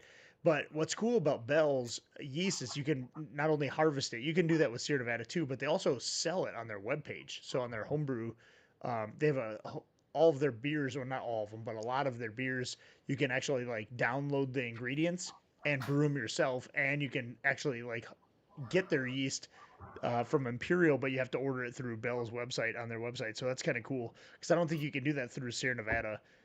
But Sierra Nevada does not filter their beers, so you could get the little bit of yeast on the bottom of their beers as well. So just a fun fact for everybody. But yes, I agree. When you smell a bunch of different Bell's beers, you can tell it has their house yeast. I think the only one they don't use that for is their like Belgians and stuff like that. They have different yeast for that, but that's like their house yeast they use for everything else, and for good reason because it's amazing. And why not, I, right? I just got my fifth one in, Dennis. Fifth, So, you're just sitting there entering competitions left and right while we're talking, huh? well, Nice. I figure I might as well max out the entries if I have Yes. to, right? Yeah, yeah. No, I've got a lot of beers on tap right now and a couple bottled, so I need to do that. I should have bottled a bunch of those cold IPAs and I didn't. Now I need to just it's just one of those I'm gonna have to just I guess I'm gonna have to brew it again. That's the story of my life. So I'll brew a beer. It'll be really good, and I'm like, And I then you have to drink it in bottle. 3 days. Yeah, I have to bottle some of this, and then before I Yeah. know, it's like cakes hit. Yeah. Yeah. It's like this is gonna last a week. I'm just kidding. Yeah, no. Honestly, I've done that before too because like if I like a beer more than others on that I have on tap, I'll that to be like my go-to. Like I'll go out there and have one of those, and I'll try to spread the love around amongst all the tap handles. But when you really like a beer and you have an awesome one on tap, like that one runs out like way faster than the other ones. When you're like, oh, I need to like savor this a little bit, and it just never happens. Well, Like I three just drink days it really fast. isn't too quick to drink 5 gallons, is No. it? No, I'm just kidding. Yeah. No.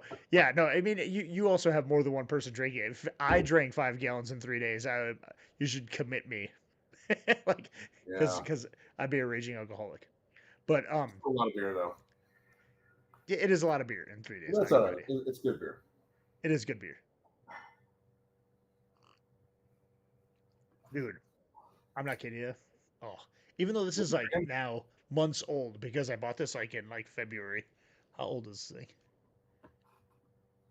I don't even know if it says the born on date on here. Oh yeah, best by May 19th of 24. Just a smidge past May, but still pretty good. I have some Sam Adams downstairs. Um, Someone brought over a variety pack, so I need to go look at that here when I'm done with this beer.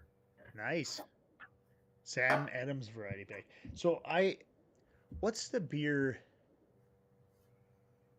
Where did I have that Vienna lager? Oh, is that's where it was. We went to OMB, Old Mecklenburg Brewing in Charlotte, which is like their oldest, most known brewery in Charlotte, North Carolina. That has Old Mecklenburg Brewing because it's in Mecklenburg County, and so Old Mecklenburg Brewery. And me and Adam went there, and I had that Vienna lager, and that's where I decided I was gonna brew a Vienna lager because I was like, man, you just can't buy those commercially very often, you know. And which one? I saw one in the store the other day, and I can't even remember who brews it. It's like a national brewery that brews a Vienna lager. But I was gonna kind of use that as like a taste example for like one that I'm gonna brew in the future. But the Old Mech Brewery has an awesome Vienna lager, and I'm definitely gonna be brewing that one up. Um, or that style anyway. I need to It's do good. one of those. I love Vienna lager. Yeah, Um, yeah, I definitely need to do one of and those. it's I've not never. and you don't use all Vienna malt. Some people do, um, and I think it just gets that term because of Vienna lagers. But the Vienna malt, you use other malt as well. Some probably could brew with just Vienna, but I think you have some other darker malts and lighter malts. But I think it's like 50% Vienna or more in a Vienna lager. But I don't think you'd get that color with just Vienna. If you only used Vienna malt because it's lighter, I don't think you get that like amberish color without using a little something other than just Vienna malt. Yeah, It's good. It's a good beer. I'm looking forward to that one. And that's one of the ones where I think as part of doing this kind of series of different lagers is I'm actually going to um, pitch on top of other Trub.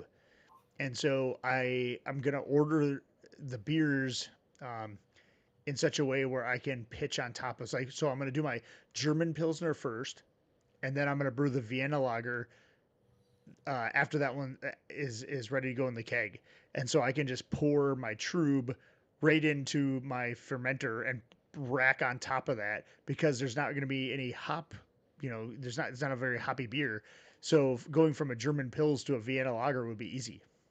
And so I'm probably going to use 3470 from Soft Lager 3470 for both I've used and that. just save the yeast. And that Vienna Lager should take off like a champ because I'm just reusing the Trub. So that'd be kind of cool.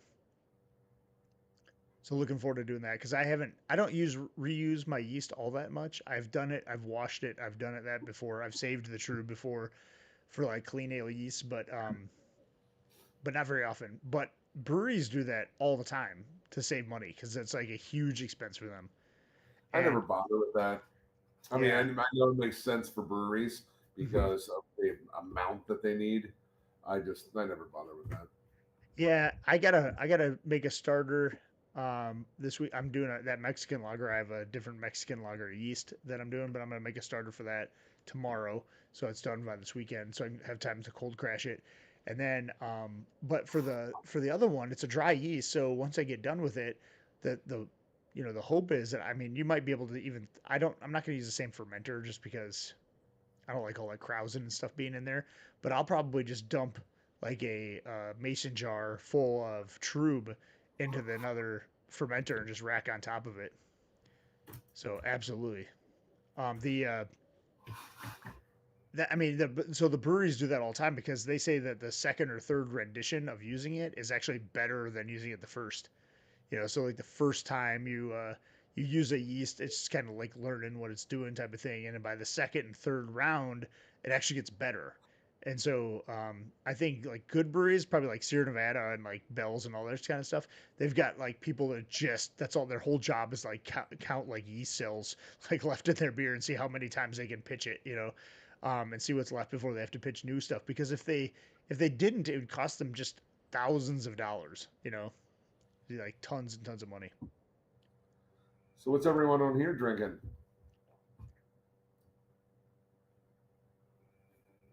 I don't know. I am. I'm already almost done with this black IPA because that was delicious.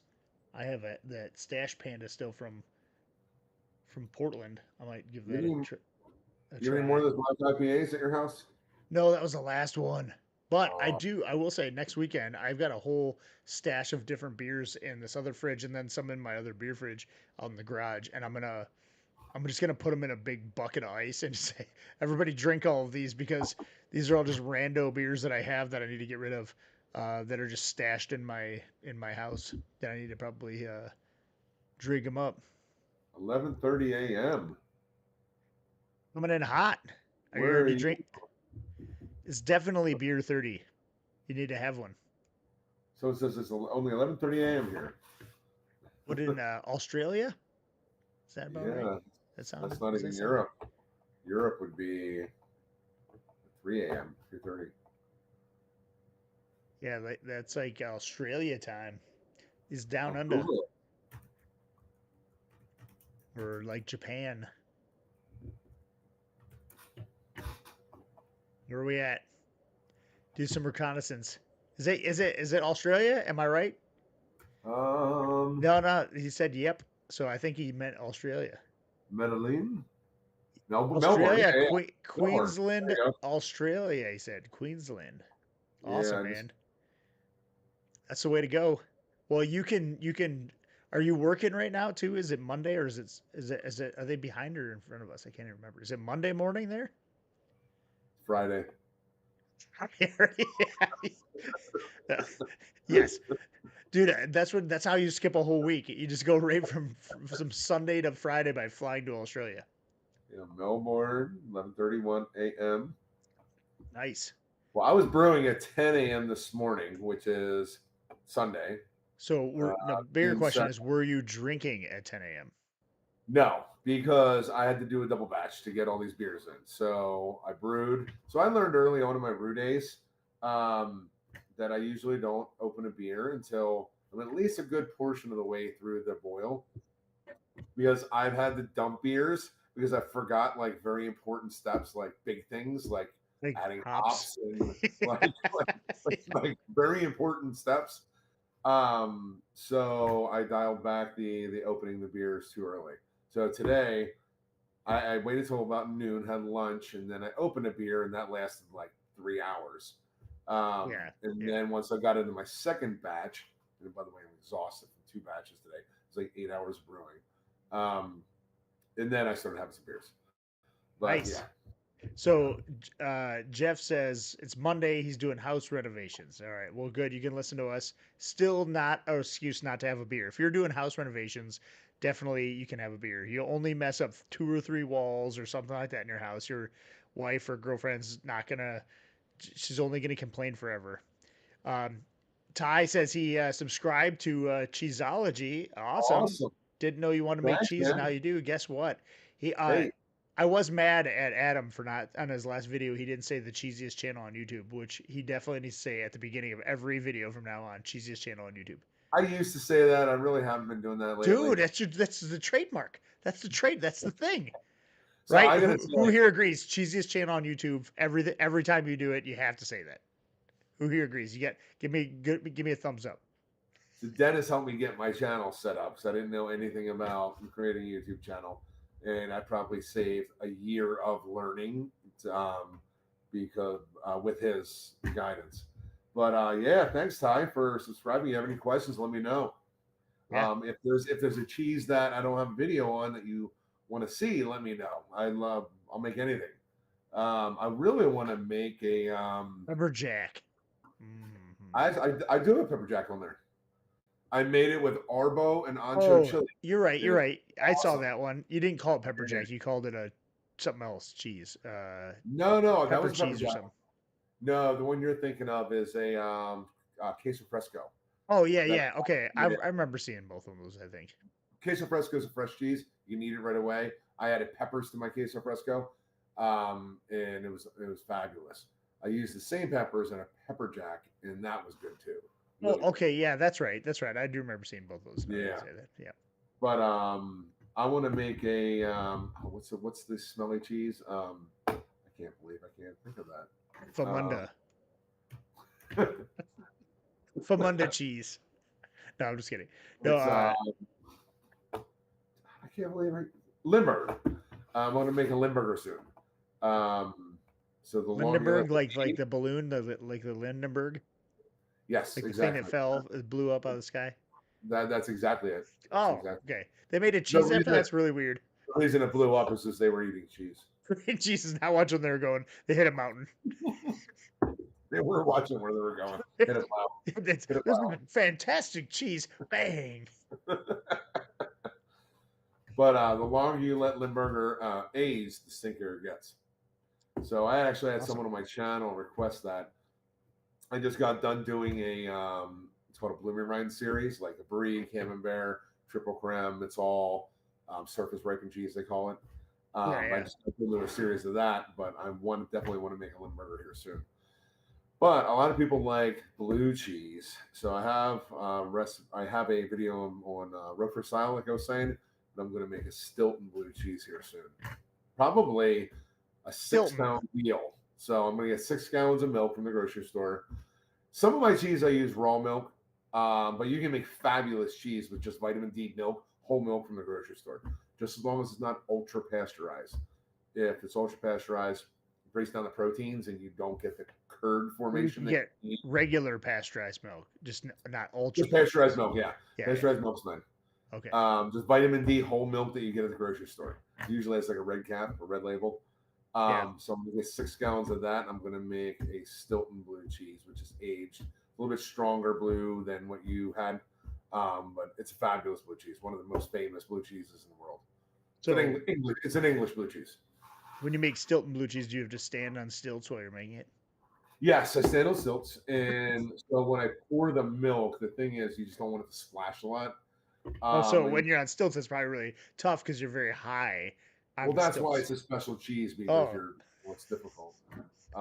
So yeah, it's all just about the kidding. splash. So what's the difference between Stilton and a regular blue cheese?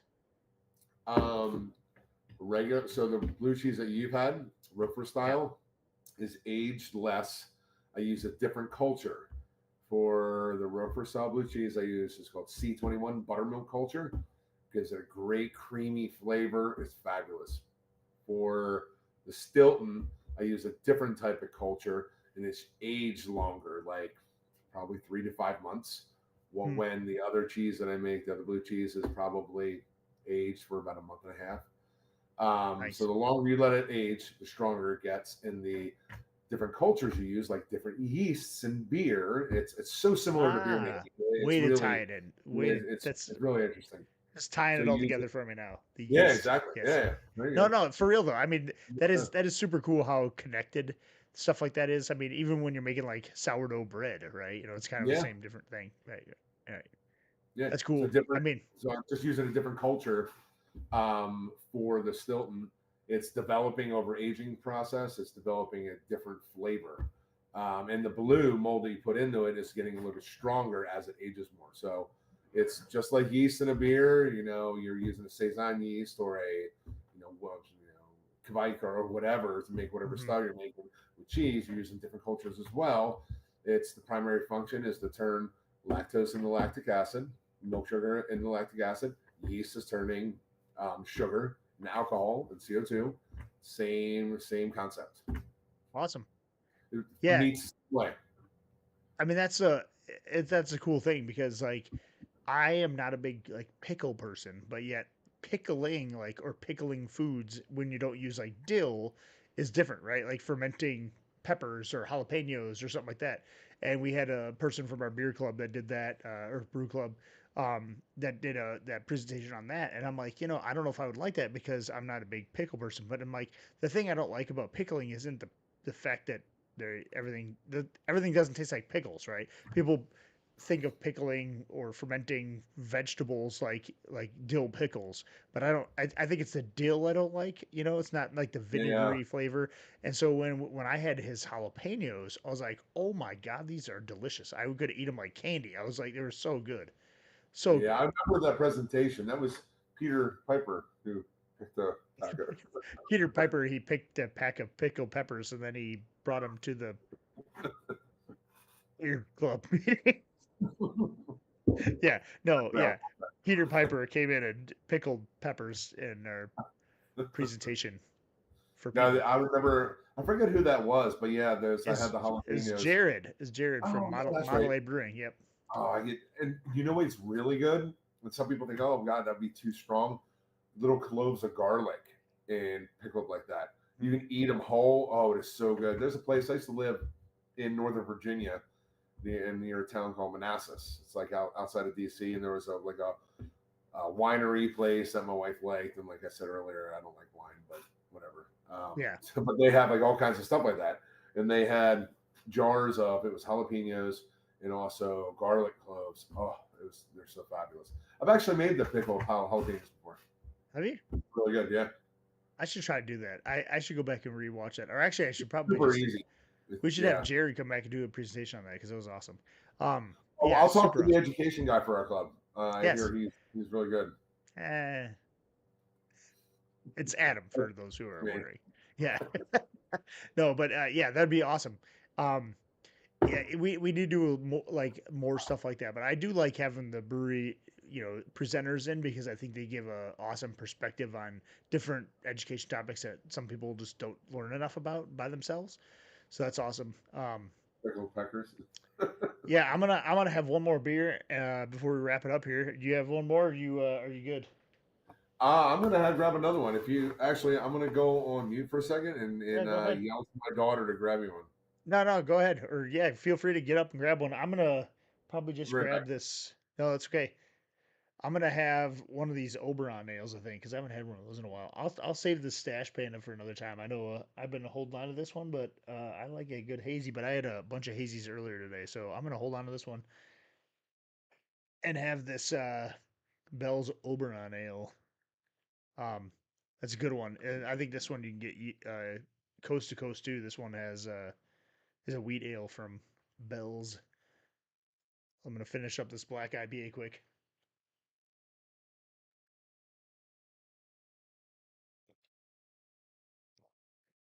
and then have this guy right on the top of her. But let me know if you guys have any questions or anything for Adam. Questions as far as cheese making or anything smoked meats, that kind of stuff. He's gonna start putting those on his channel soon.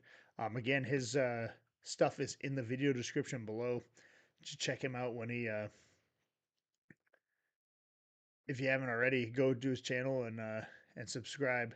Good dude making some good food and great summer sausage and stuff that he's got on his channel. I can attest because I've tried it myself. It's very, very good. But any other beer related questions and things, feel free to do so. Also, don't forget to hit that like and subscribe button. Helps out the channel a lot, helps out the live stream a lot. So if you're want to do that, go ahead and hit that like and subscribe. Also, if you want a free sticker, make sure that you send me your email address and your name. Again, below on the scrolling text below, there is a Gmail account that will come up. That's my Gmail. You can go ahead and hit. Excuse me. Send me an email with your name and your address, and I will send you a handful of free stickers. So if you want some free stickers, Cityscape Brewing stickers, go ahead and shoot me an email. Again, it's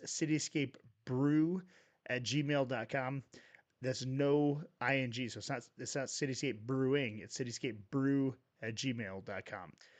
Feel free to send me an email there. I will go ahead and shoot you a bunch of Cityscape stickers in the mail, free of charge. I do that for everybody, so don't hesitate. No matter where you live, I will send them to you, no matter what.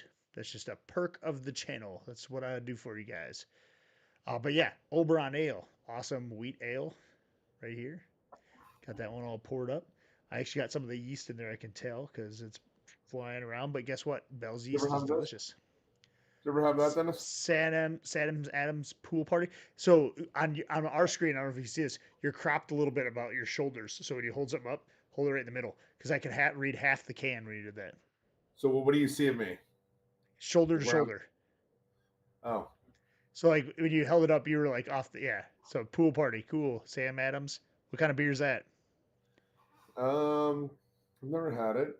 Citrusy hazy pale ale. Citrusy hazy pale. Ooh. So we will. Oh, it's new. Pool party. I'll have to I finish want my to go to post. a pool party. So there's a It's a party with the pants. yeah, Go to yeah, the that's where I was gonna go, but then I pants stopped. party. Hey, you want to go to a party with the pants? I'm just kidding. There's a Rick, are are you you? trying to tell me there's a party in your pants? And then I'm invited. Yes, Ian. Would you like to go to the party in my pants? Okay, let's go. No, no. Havarti. Awesome. Northwest loves Havarti. You know what? I'll make a Havarti. What's a One I Havarti? have I don't not even know if made I've. one more time. I don't even know if I know what that is. Havarti? Oh, that's popular cheese. Oh, a cheese. Cheese, yeah. Oh, okay. I was thinking like a No, beer it's not a style. beer. I'm No. like, what kind of beer is Havarti, and why have I not It's heard of made that? in Portugal. It's a Portuguese beer. No. It's made with pure pelicans. Put chopped up baby pelicans in the beer. It's delicious. Everybody's beaking about it. I'm just kidding. So, is it cheese? What kind of cheese is it? That group. What's that group that cares about animals? What are they called? Pita. PETA's going to see this recording, and they're going to be calling. That's good. I like pelicans. They're delicious. I'm just kidding. I don't know. So I almost hooked one fishing one time. Not a pelican. One of the Pelican? cranes. Cranes. One of those cranes. I like cast it out, and the thing flew and it hit my line, and I thought that the crane was gonna like as it was like flying, it caught my line. I thought I was gonna hook it, and then I was gonna have to drag this crane back to my boat, flapping, and those things are huge. Sometimes they get to like 4 or 5 feet tall. They're huge. Yeah, they're big. Yeah, Dennis and I were just fishing yesterday morning at like 5:30 in the morning, and we it saw a was bunch of yesterday. fish. It was yesterday, yeah. When I Like caught outfish. 9 fish and you caught one. Yeah, you did. Uh, Yeah, you outfished me big time. I had five. Five of my bass were over 8 pounds. Might be a little stretch of his imagination there, but no, no, he did. He caught a couple bass. We both caught a couple bass. It was a fun day. It was. Nothing better than getting up in 51 degrees with shorts and no sweatshirt or nothing. All right, so for everyone, if you're not familiar with South Carolina, June in South Carolina can be quite It's usually steamy. hot. So I show up to meet Dennis at 5:30 in the morning yesterday in shorts and flip flops and a long sleeve shirt. And we get on his boat and he starts doing 800 miles an hour across the lake. Well, of course, it was cold. I had an extra pair of gloves in the glove box for him though, so he And I is. wore them and I wore his neck warmer on my head. It was nice. That's a hat. That's It a was hat. Hey, So that's and okay. We made it through, and then we caught some fish. It was fun. It's a fun day. Sweet. What'd you get? Oh, so you? How's the pool party? Is it good? I'm still trying to finish this Pilsner real quick. Well, man up and chug that shit down already. Let's go. Yeah. Oh, there it is. Relax the throat. That's what does it. Just kidding. I was just spit beer all over my computer. I was actually trying to get you to do that, and I didn't. I didn't It succeed. almost happened. Yeah. No, that was fun. Yeah. So this Oberon, I've had this a bunch of times. I don't buy it enough. It's a good beer though. The wheat beer. I don't buy enough wheat beers. Most people like. It's kind of like it's kind of like a Blue Moon, I guess. You could put like an orange peel or something like that. It'd be good. It's a What's good wheat. NBC? Oh, mandatory beer chug. Oh, It's something that a homebrew for life does on his channel. It's like mandatory beer chug, and it comes up, and it's like all these like little things of people chugging beer and a bunch of songs and stuff like that. And it's like he used to do it in all his videos, but then he told me that he doesn't do that in his videos anymore because he'll do it on the live stream, but then he also cuts it out of his live stream after he does it because a lot of people drop off as the mandatory beer chug because it's like I don't know. It's like a minute long of people like mandatory beer chug, and it's like a bunch of like videos and like a bunch of like headbanger music and stuff from like hard metal stuff. And so when he does that, he actually says afterwards he goes and cuts him out of his video on purpose because a lot of people will drop off during the time that's happening oh, instead of really? just watching him chug beer because like normally like they'll try to finish a beer so they can have another one like on his live stream and they'll do a mandatory beer chug so they'll like chug a whole beer. So here we go. I'm going to try the new Sam Adams Pool Party Citrusy hazy pale ale. Let's give it a go. Definitely citrusy. It's really good, actually. So it's like it's trying to be like a hazy IPA but pale ale still. It's like a hazy IPA, very fruity.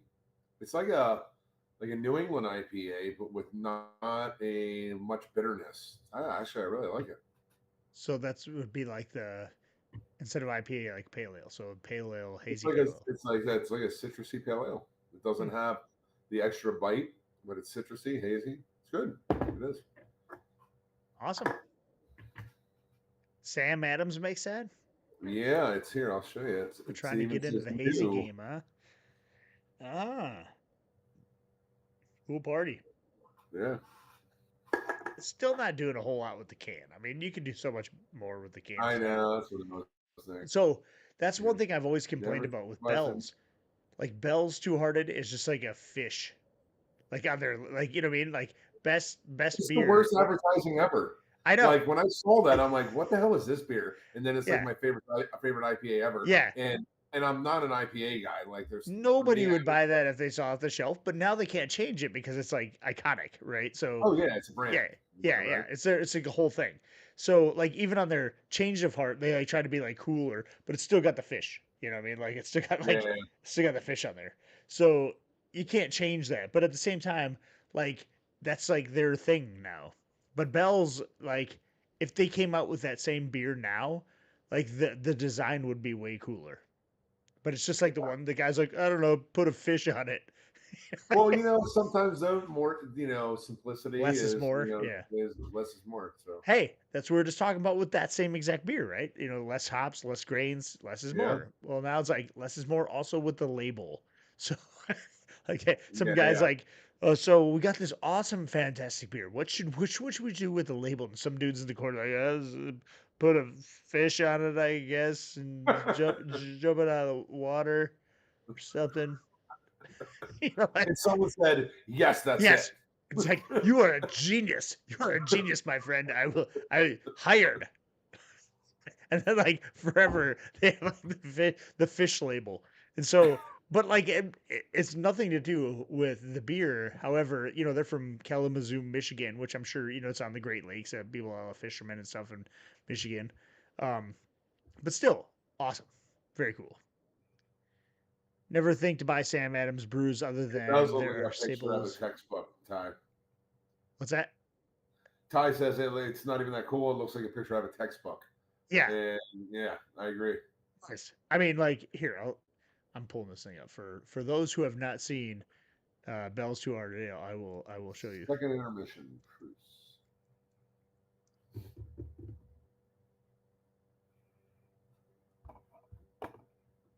So Well, I will. while he's doing that, I just want to say thanks to anyone who subscribed So um, to yeah, go ahead. Cheeseology.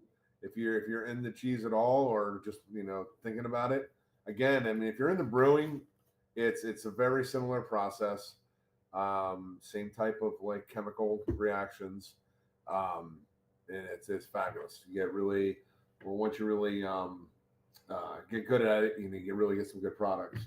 So, but there's some easy stuff to make out there: cream cheese, mozzarella, and you can get the pressed cheeses. But yeah, if anyone has any questions, just please let me know. Yeah, I'm more than absolutely. happy to help. Yeah, Bruce. Well, welcome, Bruce. I think he's just jumping on now. So welcome, I'm welcome. talking Yes, cheese. we're talking cheese. We're talking beer. We're talking now fish label. So for those who hasn't haven't noticed, this is Bell's Two Hearted Ales label.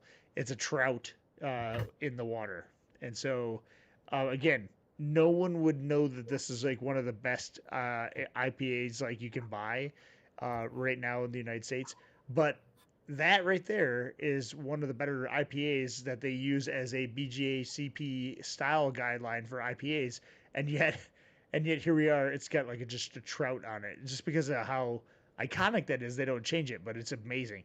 And so like the hearted style, which I'll go back to my share my screen here. So this change of heart, and then the big hearted, the two hearted, and the hazy hearted come in there. This one actually they have an imperial IPA in this one. They've changed out the experimental. They have a cold IPA one that's in here, but they all have the fish on the label because now it's iconic, right? So they've changed it up a little bit because of how iconic that is, and they're trying to be a little bit more like playful with it. But they all have that trout on the label. Kind of funny. Anyway, but welcome, Bruce. What are you drinking tonight? Anything cool? As you notice, sometimes when we get a little bit like later and it gets to be like 10 o'clock here, people who are on the West Coast, they're like 3 hours behind us. It's like 7. They're like, hey, I just ate dinner and now I'll jump on and have a beer. And we're like, hey, it's 10 o'clock. You're going to bed. So, but yeah, we've been on for a couple hours, but amazing. Ballast Point Brewing. That's what you're drinking right now. Awesome. What flavor are you drinking? Where are they out of? At this point, I can't even remember over there. I'll have to look that up too.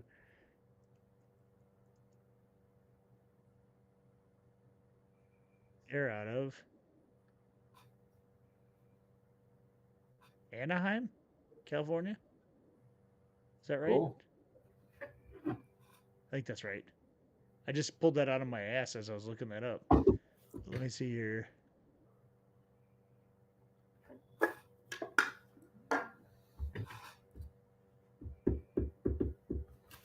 Tasting rooms. Oh, okay. So they are in Little Italy and San Diego and Anaheim, Long Beach, and San Francisco. Yeah, okay. So they're in San Diego, 2 locations in San Diego and 3 locations other than that, Anaheim, Long Beach, and San Francisco. So I was half right because they do have one in Anaheim.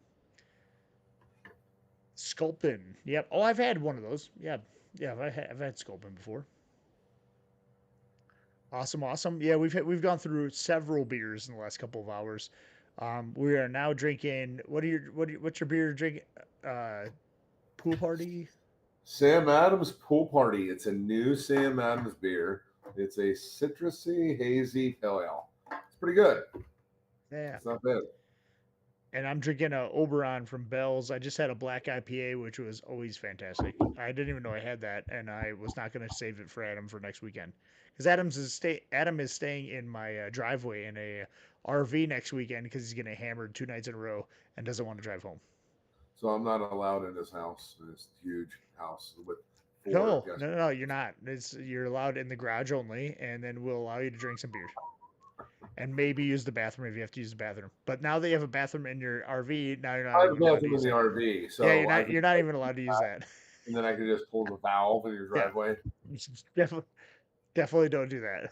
I'm gonna pull in, and I'm gonna have a white robe on. I'm gonna get out and say, "Shitter's full." Yeah, yeah. Could say, hey Clark, it's gonna be cousin Eddie. Yeah, exactly. You got to get one of those hats like with the that goes over your ears. Oh yeah, absolutely. I was gonna be that for Halloween one year and go down the street with that and have like the hose for the RV like under my arm. That'd be awesome. Yeah, I'm gonna Definitely. clean out those tanks, Ty, right in his driveway. Yeah, yeah. Definitely don't do that. He will not. This is the thing. So the RV park slash my driveway is run by my wife, and she's mean as shit. Mean. I mean, mean. No, I'm just kidding. She's not mean. she will mop you up with that gray water. No, no, You might listen to this one day. but yeah, no, she won't. She listens to me all the time. The last thing she wants to do is listen to like 2 hours of my live stream. Trust me. Like, A I could beer. say I could say whatever I want on here because she'll never. She's like, I listened to you enough. Like, this is not gonna happen. But by the way, for those who are just joining us, we are. This is Adam from Cheeseology. He has his own YouTube channel on how to make cheeses. He's also going to start making some meat videos on there as well. He does like homemade meats and cheeses. His video or his channel is linked in the video description below. So go give him a sub and help a brother out. He has some awesome videos on how to make like mozzarella and cheddars and blue cheeses and a whole bunch of other different ones that are really awesome. So go check that out. Again, in the link description below. We are we Adam is also a beer brewer, so he's been brewing for several years. Has a claw hammer system, a bunch of different shiny fermenters that I make fun of him about because you don't need all that. I'm just kidding. But we have different beer brewing methods, but also both brew good beer. So there's more than one way to skin a cat, right? So we give each other crap about that all the time, but at the same time, both good brewers, and I like going over there and having his beers. He comes over and has mine. We also were talking a little bit earlier about um, uh, beer and cheese pairings, that kind of stuff. So if you have questions about making cheese or anything like that, feel free to add any comments or something like that in the video description. And he will be, or excuse me, in the comment section, and then he will be able to see that, and we can answer the questions. Also, if you are just joining us, if you want to get a few of my videos that are coming out, you can join as a member. You'll get all of the videos as they post this week. I have 3 new grade into glass videos that are going to post this week. Also, we're going to be having some recipes for members only, including one of the better hazy IPA videos I've ever, or hazy IPA recipes I've ever done. That's going to be posting next week.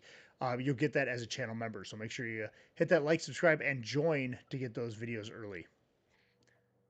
So, Adam, again, for people who are just joining us, go through your history of brewing experience, as we have some kind of new viewers on that are kind of joining us from the West Coast. Yeah, so I started brewing probably 6, 7 years ago, but I started making cheese, which is a very similar process, and also meats. Again, very similar process to making beer. Started making cheese probably a few years before beer, but been brewing for, like I said, about 6, 7 years. Brewed all different kinds of beer. I lived in Pennsylvania. That's where I'm from Philadelphia area, and then I lived the last 10 years in Western Pennsylvania, rural Western PA. And then I moved down to South Carolina near Charlotte 2 years ago. When I was brewing in Pennsylvania, I didn't know anyone else that brewed. My wife and I like good beer. And I said, if people have been doing it for thousands of years, we can do it. So started brewing, just, getting some books and going online and figuring it out. Brewed a couple batches of extract and then went right to all grain brewing. Have a claw hammer system. It's basically brew in a bag, but the bag is a metal basket. I have some SS Brewtech equipment, like glycol chiller, a few fermenters. When we moved down here, I found, like, within a month of being here, a homebrew club, which I didn't have access to where I was in Pennsylvania.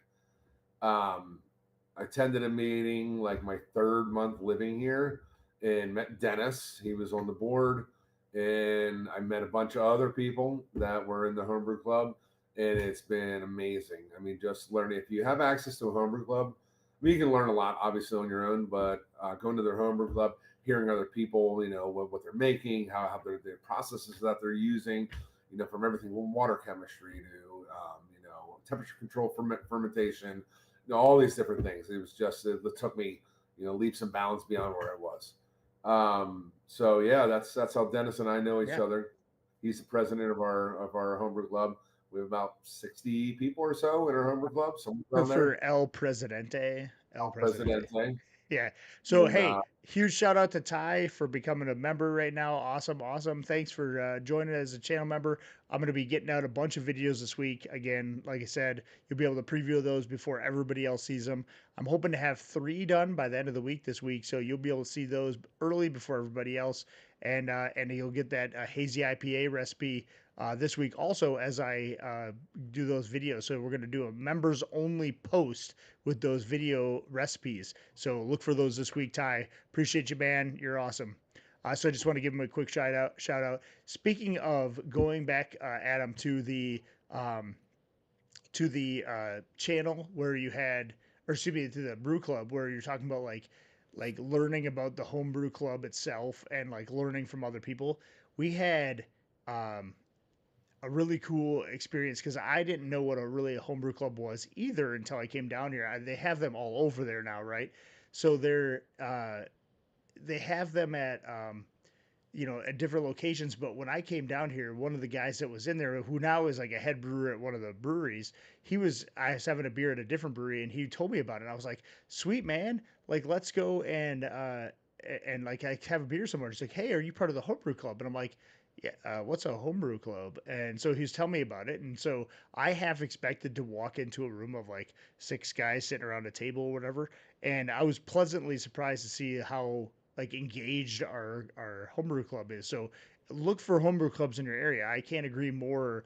Like with that, what Adam's saying is like you can learn so much from the people that are there. It's really helped me become a better brewery too, and that's kind of how I really started the channel, was because I was doing education for our homebrew club at the time, and we were going through COVID, and I was like, well, what a better way to do it than just putting some of this stuff online, right? So I was like, well, let me just kind of start a YouTube channel, and I'll just share some links with people, and then it kind of took off, and here we are, 3 4 years later. So it's kind of fun to see like how that kind of stuff really influenced my life. But I wouldn't even be on this thing if it wasn't for the homebrew club, really. I mean, to be honest with you. So that's awesome. So cool, cool. Hey, thanks Yeah, Cheeseology, Adam, for subbing $2 to the channel. Look at that with a little super chat. channel. Very, very, very cool, man. People supporting people. So yes, thank you, appreciate it. So the um again, we are what you're having the pool party from Sam Adams. I'm drinking the Bell's Oberon. I have one more beer that I'm finishing this one really fast, so I'm gonna drink one more beer. I don't know about you, You know but what? I'm gonna have. I'm gonna get one. If you're gonna have another one, I'm gonna have one more too. All right, deal. Peer pressure. That's what it's all about. I'll be right back. Give me 2 seconds. I'll be Hey, right back. go ahead. You have at it. So I'm finishing up Oberon Wheat Ale. We're gonna have that one. I haven't brewed for 184 days. That's very specific. So I'm glad you knew that. You're a home brewer. Welcome, welcome, Beer Nation. I'm also a home brewer. Adam is also a home brewer. He also makes cheeses and meats and everything else under the sun. So ask him some questions about that when he comes back. 184 days. Mandatory beer chug. All right, deal. I will drink mandatory beer chug the rest of this guy, and then we're going to be switching over to something else. What else do I got in here? But first, I'll wait till Adam comes back and I'll make him drink the rest of his beer too. We'll do a mandatory beer chug that way. Oh yeah, and then we're gonna do this. Then I'm gonna do the Sam Adams. I haven't had a Sam Adams Boston Lagers in so long that I just bought a 6 pack just because I'm like, hey, I wonder what that tastes like. I haven't had one in forever, but I was like, yeah, all right, we're gonna do that. So it's gonna be sweet. So when's the last time you brewed for real, and what's the last beer you brewed? 184 days? That seems like forever, man. Hey, Adam, So how much beer you got left? I got all kinds of beer. No, in your glass, your pool party beer. Only a little bit. All right, mandatory beer chug. That's not very much, Cheers. but you gotta do it. Cheers.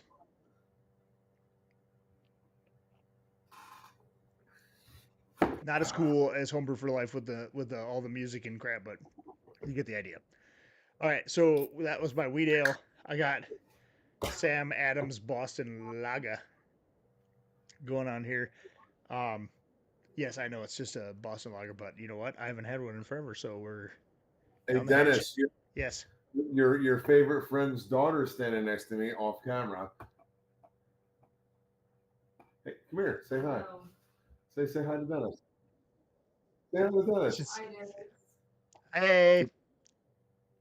Bye, Dennis. Yes. See, that's how much he loves me. So just, Yeah. hi, bye. No, I'm just kidding. Hey, awesome. So- Chris Gibbs in the house representing that. He gave me a super chat here. Appreciate you, man. Thanks for joining. Let us know if you have any questions you can answer. Appreciate you guys. Drank 6 pack of Deutsch's fresh squeeze today. San Am's cherry wheat. Cherry wheat. Never had it. Hey. So, story behind these Sam Adams beers. Usually, I drink my home brews, Yeah. or I get other commercial beers. Someone brought over my brother-in-law brought over a variety pack of Sam Adams. Nice. And the last one that I had was one of those. And then I go into the case and there's like 4 cherry wheats. So obviously no one wanted the cherry wheats. I think it sounds awesome, man. We're about to taste it. Cheers. Cheers. I gotta say Sam Adams too, but this is just the regular Boston Lager. So Definitely smells good. Ty says drinking an Upland Dragonfly IPA. What about it? What Upland Dragonfly? Where's that from? That sounds Interesting. I love the names of some of the beers, right? Like they can be really catchy or they can be just like not you or you get no clue at like what it is whatsoever. Um some beer names are like hilariously funny and others are not, right? And so it just really all depends on the beer, but I have to say, this is a pretty good beer. really, I like wheat beers. I do too. Actually, I just brewed a wheat beer yesterday. 40% wheat, 60% Pilsner. That's the only malts in That's it. what you should call it, 40% wheat. That's actually the name. It's funny you say that. It's funny you say that. That's exactly what I called it. 40% wheat. It's a wheat beer. It's called 40% wheat. And then for hops, I used, I think, a half ounce of Magnum at 60-minute boil. And then I used, I think, a total of 1 ounce of Citra. I split it in half and I used it like 10 minutes in a flame out. Nice. So it's wheat, Pilsner, Magnum for bittering, and then Citra, which I absolutely love Citra. Yeah. And then, get this, I'm adding grapefruit zest and peels in about a week. That's my beer. Yeah. Well, I won't tell anybody. Yeah, no one's gonna see this. I know. I No, know. no, That's okay. no No, one's no, gonna know. I won't tell anybody. I'll tell everybody. I'm gonna share this link. No, I'm It's just gonna be a kidding. fabulous beer. No, no, it's good. I think it's gonna be. Only about 4.7 ABV. I think it's gonna be a fabulous beer. It's gonna be a Hey, nice, awesome summer beer. yeah, mine's like 4.9. It's like at the max. Like it could be. It's like tipping 5% right there. But that's what's kind of cool about these competitions is because so for those who are just joining us and they're not knowing what we're talking about, we had a beer competition for our local homebrew club, and we have a specific range of ABV and IBUs, but you also had to use citrus fruit in some way. So it could be zest or whole fruit or in the hops, mash, boil, whatever. It doesn't matter. But the brewery is going to be judging our beers at the end of June, and then they're going to pick a winner. So we've been brewing some beers, and they had to be within those parameters, and uh, and then we'll all be judged on those by not only our homebrew club members, but also the brewery itself, and then the person the brewery picks brews at their brewery. So that's kind of a cool little incentive to do well. But the thing I like about it, I think the most, is how cool and different the beers turn out while you're there. So like you could have a specific style of beer, like say, hey, you must do a porter. And every beer there, whether it be 15, 20 different beers, they're all going to taste different, even though it's like the same style, right? Super cool that we kind of do those things because although we'll have some citrus light beer, I think we'll have 20 different versions of a really good citrus light beer, right? It's all in what you put into it, and everybody's going to do something a little different. Yeah, exactly. And we have a lot of really good brewers in our homebrew club. Well, we just had so I'm responsible for education. So I usually have a guest speaker present on something, or I do different things. But one of the things I did was made a recipe for just a pale ale and gave everyone a recipe. Dennis and I sat in my garage, used one grain mill to grind all the grains, separate all the hops, the yeast, so everyone had the exact same kit. And the Right. whole purpose of this was like I use a brew in a bag Clawhammer system. Dennis uses a different system. There's people that use 3 vessel systems. There's people that treat the water. There's people that do open transfers, closed transfers, on and on and on. So the whole purpose here was to, if we have the exact same ingredients, exact same kit, that the whole purpose was to see what differences do we see, and then looking at what kind of systems are being used. So I had a questionnaire that went out, and everyone had their, it was a big tasting, and then I put up on a screen, like beer number 3. It was 3 vessel system. They did a closed transfer. They didn't treat their water or whatever it was, just so we can see the differences in taste based solely on process, not ingredients, or even, like I said, not even just the grinding of the grain. There's differences in process, and it was pretty interesting. So it was kind of neat because all those little things, treating water, temperature control, fermentation, all those different things, roll into your final product, right? So it was a lot of fun. I think we It had a was. lot of good feedback from it. And I think it it helps, and again, just being anonymous like that helps open other people's eyes about like certain things they could do to make their beer better or worse or whatever, right? So they think, hey, well, I'm going to brew the same beer as everybody else, and then they taste everybody else's beer in comparison. In reality, it should taste the exact same, right? If you're at a commercial brewery and Exactly. you like Sierra Nevada, they have to make their beer taste the exact same in California as they do in North Carolina in Asheville, where they have their second location. And so they have a whole staff that just talks about like water and like the difference because they're getting it from a different water source. So they have to make their beer water taste like the water in California. So they add different salts and different additions, things like that, and their temperature control, everything. So when you get a beer here and you get a Sierra Nevada Pale Ale, it's the same as a Sierra Nevada Pale Ale in California. And it's interesting because we in reality that competition should have had the exact same beers for everything because everybody would have in reality done the same thing, but because everybody's brewing system is different, some people use water addition, some people don't, some people use fermentation temperature control, people don't. I think that's a really awesome thing that we did this year, and I think we got some really good feedback because it just shows you like the difference that those things actually make in your brewing process. So I think it's really There cool. were some very different beers. Very I mean, different. some All of of them them were were different. I very think, similar, but there were some that were very different. yeah, I don't think a single one tasted the exact same. No, no. Yeah. Really. And it's just like I said, and all of them had the exact same ingredients. I mean, from the same place. We bought them all at the same time. We milled them all at the same time. We packaged them all. We gave them to each brewer, so they were exactly the same. We're all in the same region, so we all use similar water, unless you use well water or something. We're all in the same even water system, right? So Well, it's very that's cool. another thing. Like I use an RO water system in my garage, Yeah, exactly. um, and then I treat it based on the style I'm making. So the reason Right. I do that, I used to live in Western Pennsylvania, and I had well water. So when I went from extract brewing to all grain brewing, and I used Western Pennsylvania well water untreated. If anyone's familiar with that area, you know that there's all kinds of stuff in well water there. A lot of minerals, and I had to dump multiple batches. I mean, it just wasn't even. I mean, you couldn't even drink it. And this is before I really knew about water chemistry. And then I thought, well, maybe it's the water. And so I sent a sample out to Ward Labs, which is a popular place where a lot of home brewers Yep. send a sample. It's pretty cheap, and they'll send you back a report, or they'll email you a report saying all the stuff you have in your water. And my water was, I couldn't even correct it with salts, um, for to make like a decent beer. Hmm. So for like $160, I bought it's like a five filter RO system.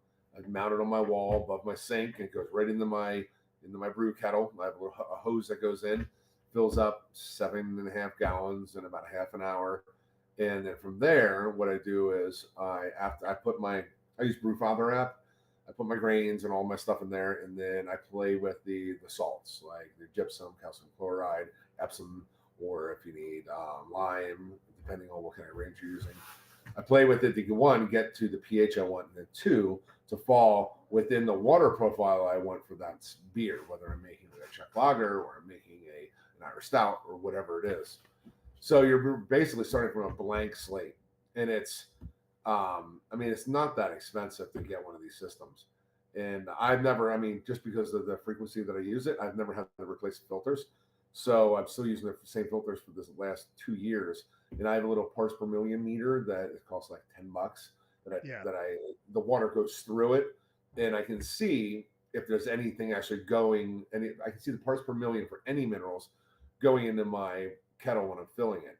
So I turn that on, and I can see it says 1 or 0. Then I know it's pure RO water, and then from there I Hmm. just whatever profile I want, and it works out well. Yeah. I mean, a lot of people will say, hey, if your water tastes good, it's good for brewing. And that's true to some extent, but all beer styles have a different water profile that they want to hit to be true to like the style of beer, right? So first shout out to Chris. Thank you again for the super chat. You've been brewing for 4 months and videos helped a bunch. I appreciate that. That's the whole reason I do the channel, right? It's the whole reason is to help people who really need the help, who want to learn something a little bit different or improve their brewing skills. Like I wish I had some of the videos that I make when I started brewing. That's the whole point. So I appreciate you, man. That's awesome. Um, but to get back on the brewing water part, like we actually in our area, actually other I know your Pennsylvania water kind of sucked for brewing and you couldn't even fix it. Here we actually have pretty decent water, and I think it comes down to, and this is kind of the way I see it. So like if you are a brewery, you can't do an RO system. Like you can't. It's just it would be way too expensive for you. It'd be too costly. Number one, and on top of that, it takes a long time to fill those, right? So you have to use the water that's available to you and you have to change it. So that's I think partly why some regions have better beer than others because their beer's better than others, right? And so there are probably systems where people will use RO systems for breweries, but very few. I would say very few, especially in our region where we have pretty decent water for brewing. And so when you talked about like water systems themselves, and I know like Northwest said, in a long time I used spring water as well, especially when I was in extract brewing. But I don't know what the minerals are in the spring water. I know there's not chlorine in there, so that's good. But I don't know what the minerals are in the spring water.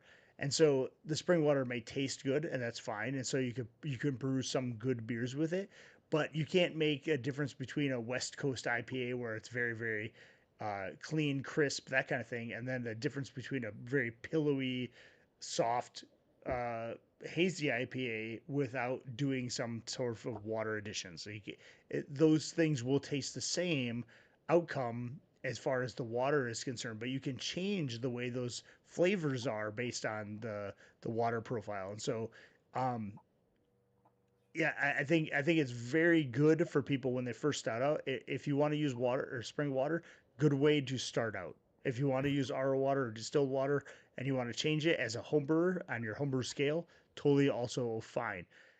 At some point when you get more into brewing and you want to change to some water chemistry, I highly suggest getting a some type of water report from Ward Labs. Like that's what I did as well, Adam. Is I got one from Ward Labs, and then Yeah. adjusting based on your water profile for your house. Unless you can't, like you said, like your well water was was so terrible in Pennsylvania that you just can't change it. The the the the breweries have to do that, and if they don't, they're not gonna make they're gonna make so beer. They're gonna have to stay in their lane of one or two beer styles that's good for the water. But if they don't add water additions, they're not gonna stay true to the styles of beer that they're trying to make. That's I guess what the point I'm getting at. Yeah. I think then the two most for me, the two most important changes I made was one, and you don't have to be a chemist No, to absolutely not. to make a water profile using salts. It seems a little intimidating if you're not used to it. I mean, if you're just getting off or getting started with like extract, you don't have to worry about it. No. If you're doing all grain, you don't have to be intimidated. I mean, I searched and I got a book like an inch thick on water on brewing water pro on brewing water chemistry, and I got like 19 pages in, and I don't consider myself a stupid person, but you know, I was lost. I'm not a chemistry major, but you don't need all that. You can I mean there's places that you can find information that you need Yeah. on brewing chemistry and the software that'll help you figure out the amounts. But the two most important things: water chemistry for me, and then two is a temperature controlled fermentation. Yeah. Even ales. I have 3 ales going right now that I brewed this weekend in conical fermenters, SS Brewtech fermenters, and I have them all at 68 degrees. That's where I Yeah. ferment my ales, and I get excellent results at Yeah, that I time. do. I do 67, so same thing. So, but the funny thing is that it depends on the yeast strain, of course, that you're using, and then Well, also I think the addition and it's funny that I say that Kvike is a new yeast because it's really not. It's like super old Norwegian yeast that they got from like a long time ago. right? So the cool thing is that it's been kind of reintroduced and now mass produced for people to use. But that's really a game changer for people who don't have fermentation temperature control. Because I always say that's, to me, that's number one. Like that's the first thing you should do is get some way of getting your temperature control in order, or using kavaikis that can withstand that higher temperature, because most people aren't getting it cold enough depending on where you live. But the second one is water, and again, I know a lot of people are like, I make great beer with spring water or whatever water that you use out of your tap. Great, that's awesome. You'll go from very good beer or even great beer to awesome beer by taking that next step. And would you agree, Agreed. Adam? Yeah, Yeah, because I mean, absolutely. And believe me, you can make great beer that you love without doing what we're saying. But like temperature control, I mean, it's a noticeable difference. oh yeah, temperature control is number one to me. Absolutely number one. At least I've seen noticeable differences. Um, just in ales rather than like 72 to like 68 where I keep it now. Um, and if you have a place that's that cold, you can use the ambient temperature, or I use glycol and I keep it at that. Yeah. But yeah, no, absolutely. That's, I mean, just a few degrees is definitely a game changer. Now, again, you can make awesome beer that you and your friends and family will love. But if you want to like tweak things, if you don't want to get into chemistry, that's the one thing I would look at So is yeah, and I used to use this stuff, which now I kind of find gimmicky a little bit, but I used to use it like religiously. Even kind I'll of be when I right back. started. Sorry. No, go ahead. Even when I started the channel, I used to use this product called like pH stabilizer, 5.2 pH stabilizer, and I thought that was gonna stabilize my pH and add any water additions that I needed and make my beer taste better. And it, added some stuff to make it a little better. But when I actually got down to like testing it, it wasn't doing what I thought it was doing. But when I started adding the few ingredients that I needed for, let's say calcium chloride and gypsum, Epsom salt, that kind of thing in my water, a little lactic acid to drop the pH. It seems like a lot. It seems like a lot of chemistry, but I have a video. It's called um, I think it's one of my more popular videos on my channel now. It says beer got that homebrew taste, right? It's one of my more popular videos because it talks about water chemistry, and I try to break it down pretty simply and then show you how to put those into a water calculator. It's super simple to do.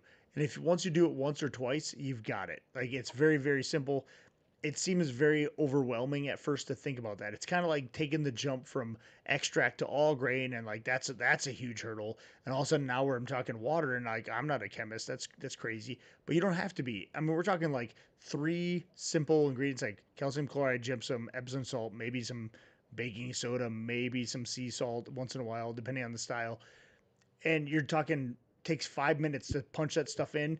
You put like a little, teaspoon of this, teaspoon of that, couple grams of this, done. It takes 2 seconds, and it takes your beer from like right here to like right there. It's very very noticeable difference, and I know I harp on this a lot, but that's one of the last things people do to make good beer, and you can tell the people who do and people who don't. Yeah, Northwest asked me a question about glycol. Yeah, I do use glycol. I have an SS BrewTech glycol chiller. I have the smallest one, which is good for 3 vessels. So you can use like I have three fermenters, and I also have a bright tank that I very rarely use, but I might because I need the transfer beer to make another beer. But yeah, I use glycol, and um, yeah, I have a lot of success with it. I've used SO4 a lot. I actually have a lot of friends that use the SO4. Um, And it's funny because I agree with you that it's a little bit more finicky, and it likes to be at a little bit cooler temperature than most other ales, or else it'll kind of get away from you a little bit. But it does make a good beer. I don't love using SO4 as much. I've had some good beers that are brewed with it, and actually know a guy who is a head brewer that uses it all the time. Um, but it's probably not my go-to yeast for that kind of thing. Um, I actually have gotten even away from using SO5 as much, unless it's for a like a I use SO5 a lot in my sours a lot because it's pretty clean and different, or it doesn't really matter. There's not a lot of characteristics with SO5, obviously, and that's why it's a clean ale yeast. But I do like the characters that other yeasts provide, even in like a West Coast IPA. And so I'll use different yeasts even for that, like Independence from Imperial is a good one. I'll use 001 from White Labs somewhat, but not very often anymore. Even I like changing them up a little bit for some of those kind of Chico yeasts, even because I like some of the yeasts that will give off those kind of fruitier characteristics that you find with like Independence, I guess, from Imperial. It just is coming to mind, but there's two other ones that I use quite often for West Coast IPAs, um, other than 001 or USO5, which is like your standard clean ale yeast. Let's get back to. But yeah, I have used USO4. I do like it, or SO4. It's not USO4. SO4. Um, it's just not what my go-to, but I do think it gives a little bit different characteristic than say your regular O5. I just used O5 in what was it? Double IPA, I think. Yeah. Yeah, and one of the good things about USO5 is that it does have that higher alcohol tolerance. So a double will be, will be fine with that, especially if you double pitch or make a starter. Well, with the Some dry yeast, yeast, I mean, with the dry yeast, you won't have to do that because I mean, yeah, dry yeast you don't hard you barely need to make a starter, but some of the for like a double or something like that, I might only because like here's my thought process, and tell me if you agree with this. So especially for wet yeast, like they make them making bigger pouches now, and you have a lot more like billions of cells and that kind of stuff in there. But it's like a runner running a race, and I've said this a million times in my videos if you watch me say this, but it's like a runner running a race. He's if you run a lap and warm up and stretch and that kind of stuff, and you know what you need to do, you're going to be better at running your race. And so, like, even getting the yeast to rehydrated and like replicating already, like it knows what it needs to do. Like when you pour it into the beer, whether it's dry yeast or wet yeast or whatever. Now, dry yeast has more cell count, so they're gonna have more friends with them than the other beers will. But the beer itself, like it's gonna take some time to like replicate and like know what they're doing. But in a starter situation, like you're gonna pour that yeast in, it's gonna be like, oh shit, man, I know what I'm doing. Like I'm gonna start just going to town, and I've noticed that, um, like replication happens and fermentation happens way sooner, no matter what, if you make a starter. But I don't do that all the time. I don't do that for most dry yeast. I didn't do it today. I used 3470 and I pitched it right in there dry yeast, doesn't matter. But I've always been taught that using dry yeast you don't need to because there's yeah, way more enough than there's plenty enough cells that you need. Now with liquid yeast, now I just pitched a liquid yeast from White Labs into a what was it? It's fairly high alcohol content, and I was a little concerned about that. But you know what? I've never had a problem. I mean, if it was something really high, which I'd never make imperial stouts or like barrel aged stouts or something like yeah, 10%. If anyone heard me saying earlier, that's not my thing. It's too boozy for me. So, hmm but I mean, once in a while, if I'm making like an 8% beer, I might make a starter. If I'm using liquid yeast, but dry yeast, I never make a starter, and that's the way I've always been yeah. taught. You don't Most need. of the time, yeah, most of the time with dry yeast, I don't either, and that's just rule of thumb generally. Yeah, There's a couple that I have before. I did it with I think it was Verdant yeast I used last year for a hazy and something else. I can't remember which one it was, but in certain cases I'll just pitch two packets because dry yeast is generally cheaper than wet yeast too, so you can afford to like pitch two packets of USO4 or something like that, or USO5 in something versus making a starter. Now that's just going to get you more cell counts. It's not going to get them like knowing what they're doing, but it makes the clean beer. It's not going to be stressed out. So even with and this is where I just come from a different mindset of it, I guess, but even with a wet yeast that has a pouch that might be completely viable and will kick off, I will almost always make a starter with a wet yeast. And even if I don't have to, like this Mexican lager yeast I'm going to make a starter with tomorrow, it's totally fresh. I could pitch that thing right in. It's not even that high ABV. What So you I could see? probably just pitch it. I'm using Mexican lager. I think it's 004 from White Labs. Let me look. It's Oh, it's a White Labs yeast. And now I was gonna do the Omega version, which I heard was fantastic too. But let me look at what it is. White Labs Mexican.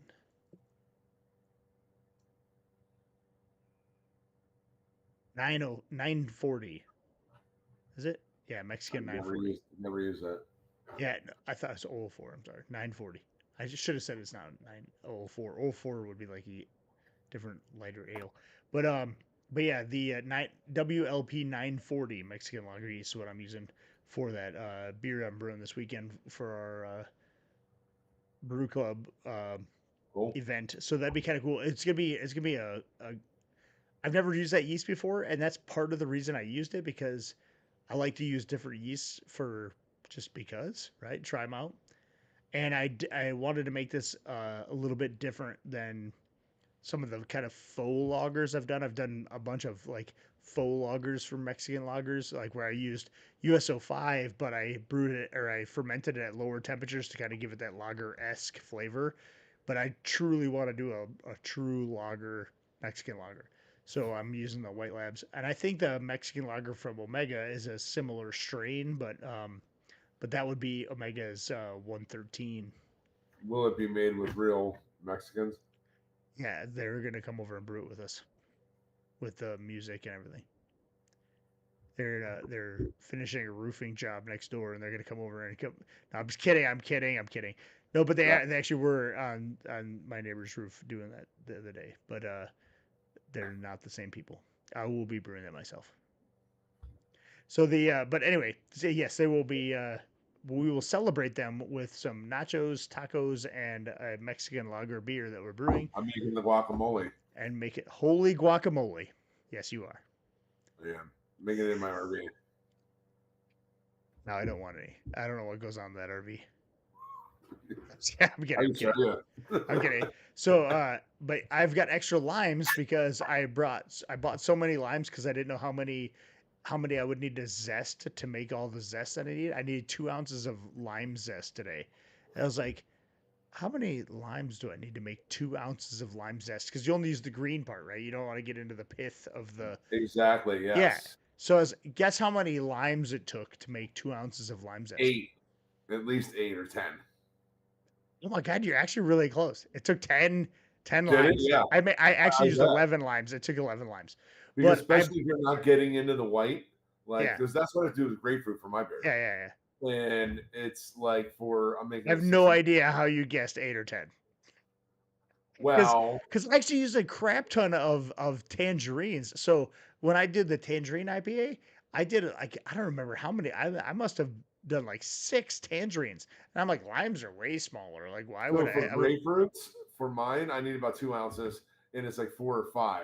So I figured grapefruit, lime, and just kind of did the math. Very precise. Said citrus math. It's like calculus, but with citrus fruit. Exactly. So I did the carrying citrus math. orange, drop the grapefruit. It's it's this big and then this big, and I just did the citrus math. Exactly. I like it. Everyone knows what I'm talking about. Yes, exactly. Yeah, that's 100%. That's a controlled experiment right there. That's a You still controlled have a experiment. beer? Yeah. No, I'm drinking the How Boston cold's your Lager. beer? I might have to get one more. All right, mandatory beer. Oh, you already chugged yours. Oh, damn it! Now I got to Tell you chug what, mine. I forget who it was, but someone said that they're all into the cherry wheat. It's good. All right, do it. Get another I'll be one. right back. All right, Give me literally let's take your 14 fourth seconds. break. I haven't left yet. 14 seconds of Let's break. take fourth break. All right, so I made it. Well, that's because you have a bucket underneath your desk. Yeah, I'm peeing underneath me. I just put on an adult diaper. No, I'm just kidding. I don't do that. But I will. I'm gonna mandatory beer chug this thing, and then I might need to take a bathroom break when he comes back. But I will. I'll do this mandatory beer chug, and then I will have a. What did I have left? Oh, then I got to get in. I was gonna save the stash panda, but it's the only one I got like close within reach. So I will. I will drink this one. I think this is the pineapple one, or is this grapefruit? This one is the it's grapefruit peel. Perfect segue into his grapefruit peel to uh to have this one. So we're gonna get into that. I'm gonna mandatory beer chug this thing real quick. Yeah, I'm absolutely gonna get it taken care of there, Northwest cherry wheat. I actually want him to save one of those because he should bring that over this weekend. He's coming over this weekend, and I need him to bring one of them cherry wheats because it sounds good. Your well water likes IPAs, Beer Nation. That's awesome. I will say most. I wouldn't say most.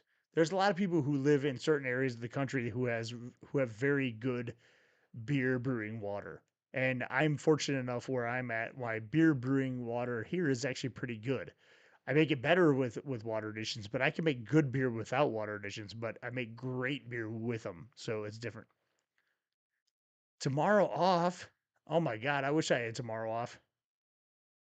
I do not have tomorrow off, but we'll get work done. It doesn't matter. We'll get her done. Oh, hey, and by the way, well, Adam's gone, but also, well, he heard me say this the first time. Shout out to Working Theory Brewing. It's a new brewery in York, South Carolina. I went over there and talked to the owner. He's actually a fan of the channel, believe it or not. I sat down and he's like, "Hey, I love your channel." I'm like, "Sweet," but and I would be 100% serious when I'm saying his beers were fantastic. Like I would not be just telling him, "Hey, this is okay." Adam must be back because I hear music playing. He's busting out the guitar strums now. I'm doing a mandatory beer chug, Adam, and then I'm gonna be getting into the Stash Panda. Look, I didn't know this was, but it's a grapefruit hazy IPA from Portland that the Northwest Small Batch Brewing sent me, and I found this one in the back of the fridge that I must have pushed behind one of the Bell's beers, and I didn't realize I had another one left, and here it is. That's awesome. So I'm having another cherry wheat. All right, chug that one down. Gonna get her done. Stash Panda. This one is the hazy with cryo hops, and it's gonna be grapefruit, I guess. Good thing it's only 8:42. That's it. I have to work tomorrow. You have to work tomorrow. I have to work tomorrow. What was that supposed to mean? I have work tomorrow. Um, and so do most people. So, and a Monday morning. So anyway, what are you having? You're having another of those cherry wheats. Cherry wheat. Is there going to be enough for you to bring one of those to me on Friday? Yeah, I think Yes, save it it. depends on how long this call goes. Okay, you drank a 5 gallon keg in 3 days. Please save a can for me. So you're I making it mean, sound like I drink 5 gallons every 3 days. That's not accurate. I had a beer we're that was just really, really good.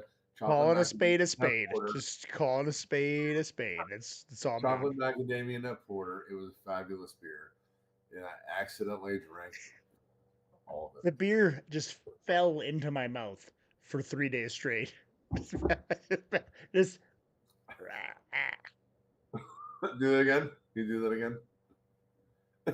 Oh my God. That was me drinking a beer, like drinking a beer, like this out here. Mm, How many grapefruity. That's how many grapefruity. people are on right now? Can you see? Yeah, we're going back and forth between 600 and 800? yes, no. We're jumping back and forth between like 8 and 5 viewers here and there, depends on where we're going. But It's been a Cool. little bit slower night. I mean, as we're getting people on from the West Coast, we've been jumping a little bit higher, lower, that kind of thing. But people kind of join and then they drop off, and that's just kind of how it goes throughout the night. Um, but yeah, that's awesome. We're having a good time. Actually, a lot of people will watch these the next day, believe it or not. And Awesome. so, um, even though we're answering questions and stuff live, a lot of people will ask questions and stuff. I'll let you know if people ask cheese questions that I can't answer. Excuse me, so we can get back to them. So if you have cheese questions, Cheeseology with Adam, again, make sure you subscribe to his channel. It's in the video description below this, and hit a brother up. And I he's again, heard this chat is getting spicy. I'm back. the chat is getting spicy. Uh, Adam was making me do movements with my hand drinking a beer, and then I think he video recorded it. I don't know what he's talking about. I'm just kidding. No, I don't get. So, but yeah, no, I'm drinking a Stash Panda from Portland that Northwest Small Batch Brewing sent me in one of his porch bomb beers, and it has some grapefruit flavors in there. I didn't pour the whole thing in there, so now I got to. Here we go. Sure, you eat Sam Adams. Ooh, look at the Cheers. color on that guy. It's good. It's good. By the way, not as good as my hazy I just brewed, which you, if you're a channel member like Ty, you get to have early when I release it this week. And also, when I release the video to everybody, you will have the recipe because that's also coming out. And as a channel member, you will get that hazy IPA recipe, which is freaking fantastic. Um, I'm uh, I'm calling that beer. Uh, oh my god, what the hell Adam. name? Definitely not Adam. That would be a terrible name for a beer. Terrible name. It probably tastes like crap. Just kidding. No, honestly. So no, that one I'm calling Death by Fruit because I'm gonna I'm kill the definitely emptying my RV valves in your driveway. yeah. I'm calling that the hazy Death by Fruit because it's either gonna kill the judges or I'm going down trying. That's how it is. So Death by Fruit. Shut it And up. then we're gonna go with so I have that and then I have the um Tangerine IPA, Awesome. Thanks, which Bruce. Sorry, I didn't mean to interrupt you. yes, Thanks. go subscribe to Cheeseology, right? Meow. His Cheese Cheeseology making. with If you weren't on when we were talking about this earlier, cheese making is very similar chemical process as beer making and also like fermented meats. It's yep, awesome. So, yeah, all things Zymergy. So yep. yeah, awesome. And I'm making the cream cheese that he just put out on the channel because that cream cheese recipe that he had. I love homemade cream cheese, and my son eats bagels like they're going out of style. So I need to make a cream cheese that I don't buy from the store, and that'll be awesome. So this week I have like 3 videos that are going to be posted for those channel members, and then they're going to come out random or every 2 weeks, starting with the uh, Tangerine IPA that we did on the live video a couple weeks ago. I did the live video where I did the whole brew day live for the Tangerine IPA. That one's gonna be awesome. That one's coming out on Monday next week. Then I have the hazy IPA coming out, which I'm going to be talking about the IPA and tasting it, but also not giving out the recipe. That again is only for channel members. If you want to become a channel member, hit the join button below. You can go ahead and do that.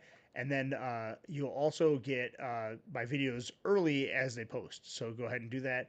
The video after that will be the lime pale ale that I brewed actually today. So that one will come out. I filmed all of that today, and then I'll do a follow up tasting portion of that, and that will come out as that goes out. And then I have a different video which I will not release what that one's all about, but I filmed that one also today too for those in the What's that one middle about? there. I can't tell you. It's for these. This is secretive stuff I'm going on here. I can't go too deep into the channel. This is the cliffhanger. This is the cliffhanger. This is the one where you're like, hey, I wonder what he's doing next, and I'm like, I'm keeping you guessing, keeping you guessing. It's the whole job. Keep you on the edge of your brewing seat. And so I got 3 videos. Those 3 will be well, not all 3 because I had to wait till the one ferments. But 2 of the 3 will be released this week for channel members, and then you'll be able to see those early. They'll be scheduled for everybody else every 2 weeks. And then the third one, as that one gets finished up, we'll be putting that one on there also. And then again, if you're a channel member, you'll get that hazy IPA video as a members only post. So you just look for the post when that hazy video drops. Look for the post also. That'll be on the same day, but for channel members only. So, Adam, how's your So cherry wheat? it's good. Good. It's very tasty. That's good. This grapefruit one is awesome too. I didn't think I was gonna drink all the beers that I brought in this little thing, but I definitely did drink all of the beers except for what I have left in this glass. How many That beers did you have? is, well, when I was brewing today, I had several beers. I had probably six before I even started the live stream, and now I've got one, two, three, four, five now. So I mean, now it's been over hours, so but still, here we are. I brewed 2 batches of beer today, and it was very tiring after 8 hours of brewing. But got it done. Got it done. I need That's to get it good. done. I have one more I need to do, and I'll do that as soon as my wheat beer finishes out fermenting. So I'll transfer that, and I'll Yeah, have all my. there you go. What's up, Sonny? How are you doing, man? Drink scored. Yes, definitely got to have a drink scored. So I've got a lot of um, things I want to do. By the way, of the three videos I just talked about, I have three others that will be coming out, and those are all loggers. So the three videos I talked about are not loggers. I have the Mexican Lager Brew Day that I'm doing for my brew club, but I'll be filming a little bit of that and then putting out a channel video after that, talking about just like what the recipe was all about and talk and tasting it, grain to glass kind of style video that way. Um, but then also I'm going to be doing two other lagers. Following that, I'm going to be doing a German Pilsner and I'm going to be doing a Vienna lager. And those are going to be back to back because I'm actually going to be using the same yeast, pitching it in the same trube as the German, from the German Pilsner to the Vienna lager, so using the same yeast, or same yeast. So that'll be cool. So anyway, we got Adam. You got three beers. What's the next one you're gonna do it after that? So the next one I'm doing is the chocolate macadamia nut porter. So I have a No, wheat no, beer. no. That's the ones you're brewing right now, right? Yeah. So Oh, I've yeah. You have one. You have that one on your in fermenting right now. no. I have to Oh, do that's that. the I have one to you're do doing. that. That's the one you're doing Right now after. I Okay. have the grapefruit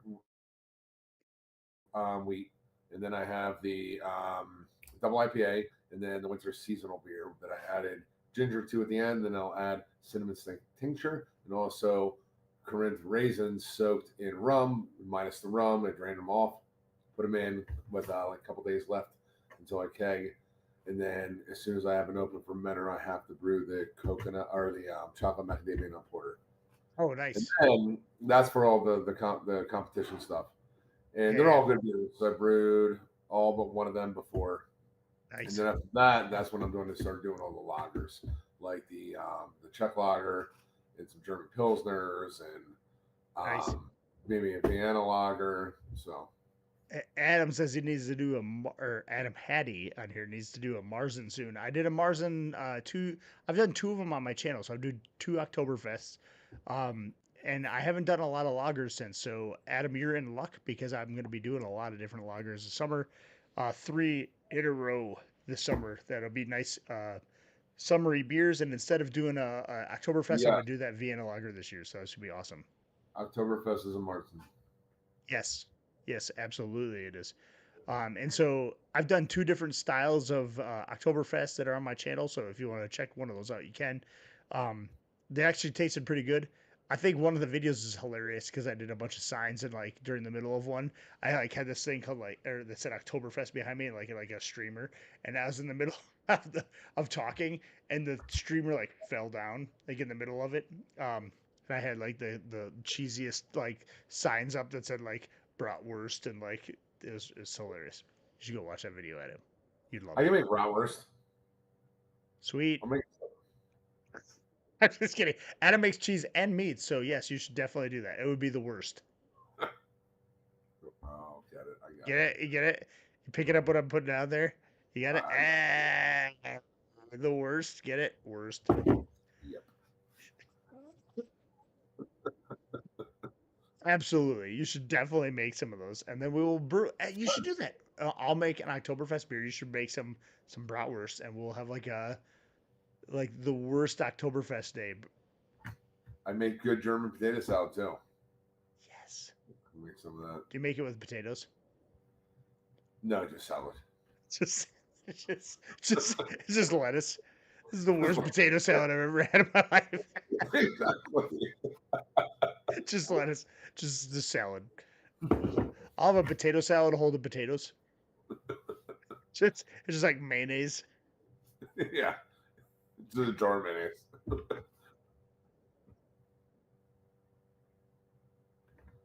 Beer Vice Nation. versa. That Beer- means white sausage in German. Vice versa. See that? What Proust says? Vice versa. So that B looking thing is actually like a double S in Germany. So it's vice. the bee looking thing. Yeah. Do you see No, that? I know. I know what you mean. I know. Yeah.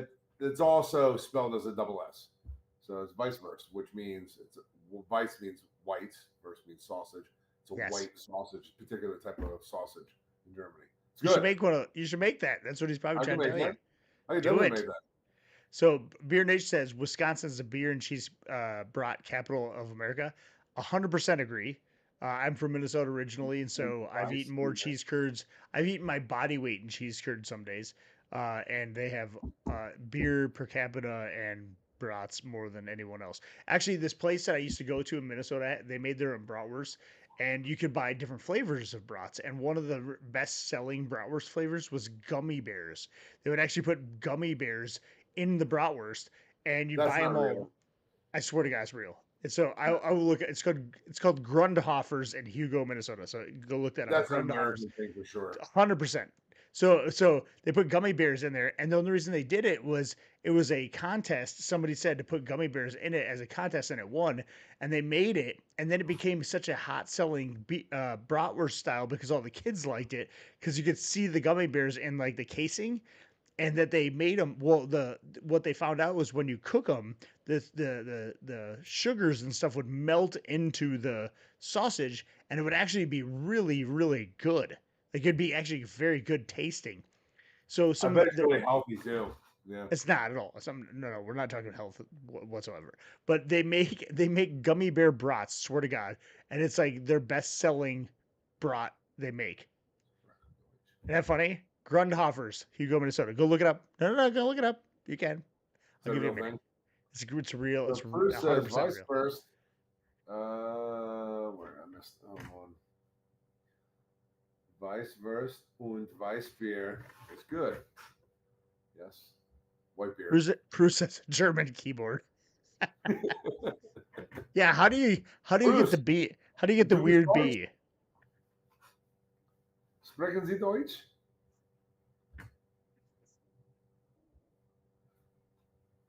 So if anyone didn't hear, Dennis and I, and also our wives, are going to Oktoberfest this year.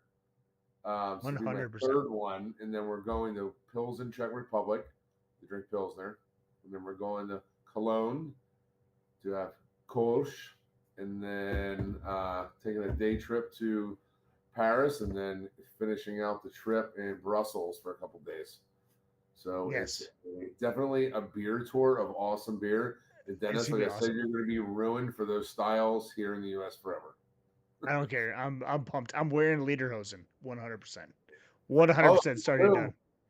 Oktoberfest is anything from children to 90-year-old people. Dude, I mean, I'm it's wearing family-oriented. lederhosen.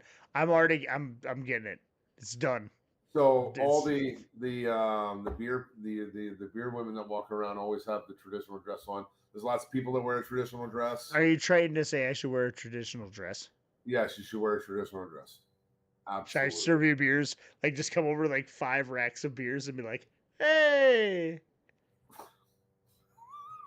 Yeah, I should do that. I would Okay. say yay, but Adam Hattie asks if have you been to Leinenkugels? Yes, I have been to Leinenkugels. I love Leinie's, number one.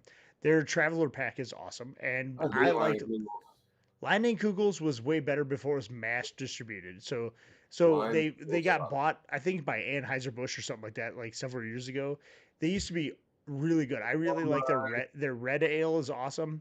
Leinenkugel Summer Shandy is where it's at. However, I've made a Leinenkugel Summer Shandy Dude, video, but I used a wheat ale that I didn't really like very much, and it was kind of too banana clove. I wish I would have just used like USO5. But if you want to, go check that video out. I did it with lime zest, like this lime salt zest that they use for summer shandy. Go check it out. But I would use USO5. Don't use the one I used in the video. But Leinenkugels is a settlement in great Wisconsin. brewery. What? Someone was saying a huge German settlement in Wisconsin. That's awesome. So in Pennsylvania, in eastern Pennsylvania, where I'm from, it's a big German thing too. So if you've ever heard of Pennsylvania Dutch, it's a specific like region in Pennsylvania, and that's where I was originally from, or second part of my childhood. So you have things. Dennis, you ever hear of something called a shoe fly pie? Two fly No, pie. never heard of it. Pennsylvania Dutch thing. Anyway, it's because of the German settlers that were there. There's a bunch of very German specific things in that region of Pennsylvania Dutch area. I don't know if anyone You here is. cook with shoes and flies. Yes, it's actually you need 14 pounds of flies. You mash them, Hmm. and then With you your run. shoe, you mash them up with your. No. Oh, You put the shoes through your you put grinder. stew it later. Okay, Yeah, and then you add the shoes into the boil. just the tongues, or So, do you need the soles in there too? Like just the yes, you take those, soles, yes, you take the salt too. just the shoe tongues, The tip. just the tip of the shoe. Just put that in there. So, anyway, so Minnesota and Wisconsin area is very Norwegian. They have a lot of Norwegian dishes. So lutefisk, Like or as they in have Vikings in origin. yes, that's kind of why Minnesota Vikings are the Minnesota Vikings, right? So It's brilliant. come on, you're. So anyway, so then they had yes, they Huge have a Amish bread. lutefisk, Yes. lutefisk and lefse. That's a big thing, and lutefisk is like nasty fish, which is like very fishy, and it is also Wait. The fish is fishy. Is that what you just said? you know how you get like walleye, You just said. You just plentiful said in Minnesota, not fishy tasting. Lutefisk is nasty. People love it. There will be people on here be like, "Oh my god, why do you got a bad tuck lutefisk?" Like, but it is living what in it an Amish paradise. is. Yeah. That's awesome. Hey, I will tell you, when you go anywhere in the Midwest and you pass a horse carriage with like the yellow, like you ever see those on the road? Triangle. Yeah, the triangles. Yeah, It's the Amish. yeah. You Yeah, had I those in know. Pennsylvania? Oh yeah, we have in Pennsylvania. Heck yeah, they're everywhere. Oh, okay. Well, good. I was gonna say because they would have like furniture They stores. have races. They line up their buggies and they have races. They do not race them. They do. That's their means of transportation, Adam. No, But if you race them in your car, you will definitely win. They only have 2 horsepower. 2 horsepower. Do you get it? Adam, 2 horsepower. Do you get it? They're only 2 horsepower. I don't get that. Can you explain that, please? There's Can you two break that horses. down? 2 horses on the front of the carriage. So when there's a car that has like 500 horsepower, Yeah, it's do like they gauge that on. yes, they actually tested it with 500 horses. Actually, do you know what 1 horsepower is? Yeah, it's 1 It horse is. worth of Oh power. God, I used to know this. So It's 1 the horse distance. pulling a carriage. No, it isn't. And I used to know this. Look it now up, I'm going to Google quick. it and I'm going to say it. Definitely show me something. What it's a horsepower is horsepower. It's pulling something, right? No, it is. Here we go. It's 1 horse. 1 horsepower lifts 550 pounds by 1 foot in 1 second. Yeah, That's which is what a equivalent of a horse. How do you know how much my horse can lift? Oh wait, there's even a little picture here with a horse. Yes, pulling it. Who? Not a horse. Not all horses. That's it. Who said, you know what? I'm going to take this horse And if they can lift, however far they lift this in 1 foot My horse in can one lift second, 550 pounds in 1 second. What? who How came up much with could you? that? No. What they did, they tested 1,000 horses, and the average was 550 pounds per second. By 1 foot. 1 foot. See, that's right. It's 100. It's You know 100% what right. that's equivalent to? The citrus math. Grapefruit. Yeah, I did this citrus math. I had a grapefruit here, and I had 4 of those. So one lime here should be 10. So through logical deduction, that's an 8 to 10, and you're like, Yeah. wow. Hey, now you get it. This is how I they did nailed it. This is how they nailed it. did it in imperial days when they were like, you know what? We're gonna judge horsepower by how much that horse can pull out a foot in 1 second. 550 pounds. Boom! Lifting 1 Horsepower. foot by 1 second. That's what I'm saying. One horse. I, I want to know who said, you know what, many years from now, we're going to have to judge the power of Yeah, a car. because And we're let's see gonna need how. to know how much horsepower that has. So let's lift 550 pounds 1 foot in 1 second. Yeah, That will be exactly one that's horse. what happened. People were drinking and they're like, "I bet your ass can't pull 550 pounds in a second." That's something we would come up with. Yes, we should totally create a new metric for this. The horse. So, That's horse shit. I'm pretty sure Northwest there's is some funny. truth. There's some truth to the mathematic equation of like somebody lined up all their horses and we're like, okay, we're gonna figure out the average, right? My horse did it in 9 seconds. Your horse did it in 4 seconds. So we're gonna say the average is somewhere in the middle there, 5.5. So there's a comedian called Nate Bargatze. There's a skit on Saturday Night Live. Google this about Nate Bargatze and like the Revolutionary War. Oh yeah, I saw that. Yeah, it shows him as like a It's general. hilarious. He's like, Yeah, he's like, so he's how like, does this match up with the meter or something? Oh, it doesn't at all. yeah. He's like, we're Yeah, a new unit of measurement. yeah. He's like, There would be 12 inches per foot, 12 inches per foot. And so it says 12 feet per yard. He's like, what the hell did he say? yeah, something like 12 feet per yard. No, Yeah. 3 feet per yard. Like, well, how many meters in a mile? He's like, no one knows. Yeah, dude, that's a hilarious skit. Adam Hattie says Surly or Summit. Oh my God. So Summit is number one of the first brewery tours I ever took in St. Paul. Summit's an awesome brewery, by the way. Extra Pale Ale. That's one of the ones I grew up on. Awesome beer. Surly is known for the Surly Law in Minnesota because they were the ones that started tap rooms in Minnesota to be able to get them to be what they are today, to have actual breweries with tap rooms.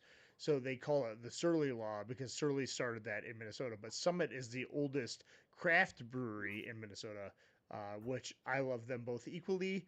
I do like Well, I like them both. I'm not gonna pick. They're both equally awesome.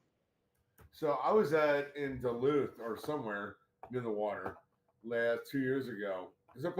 Is that Asia Minor? No, Ursa Minor, not Asia. Did you say Asia Minor? Jesus. Ursa? I gotta go off camera. Asia Minor.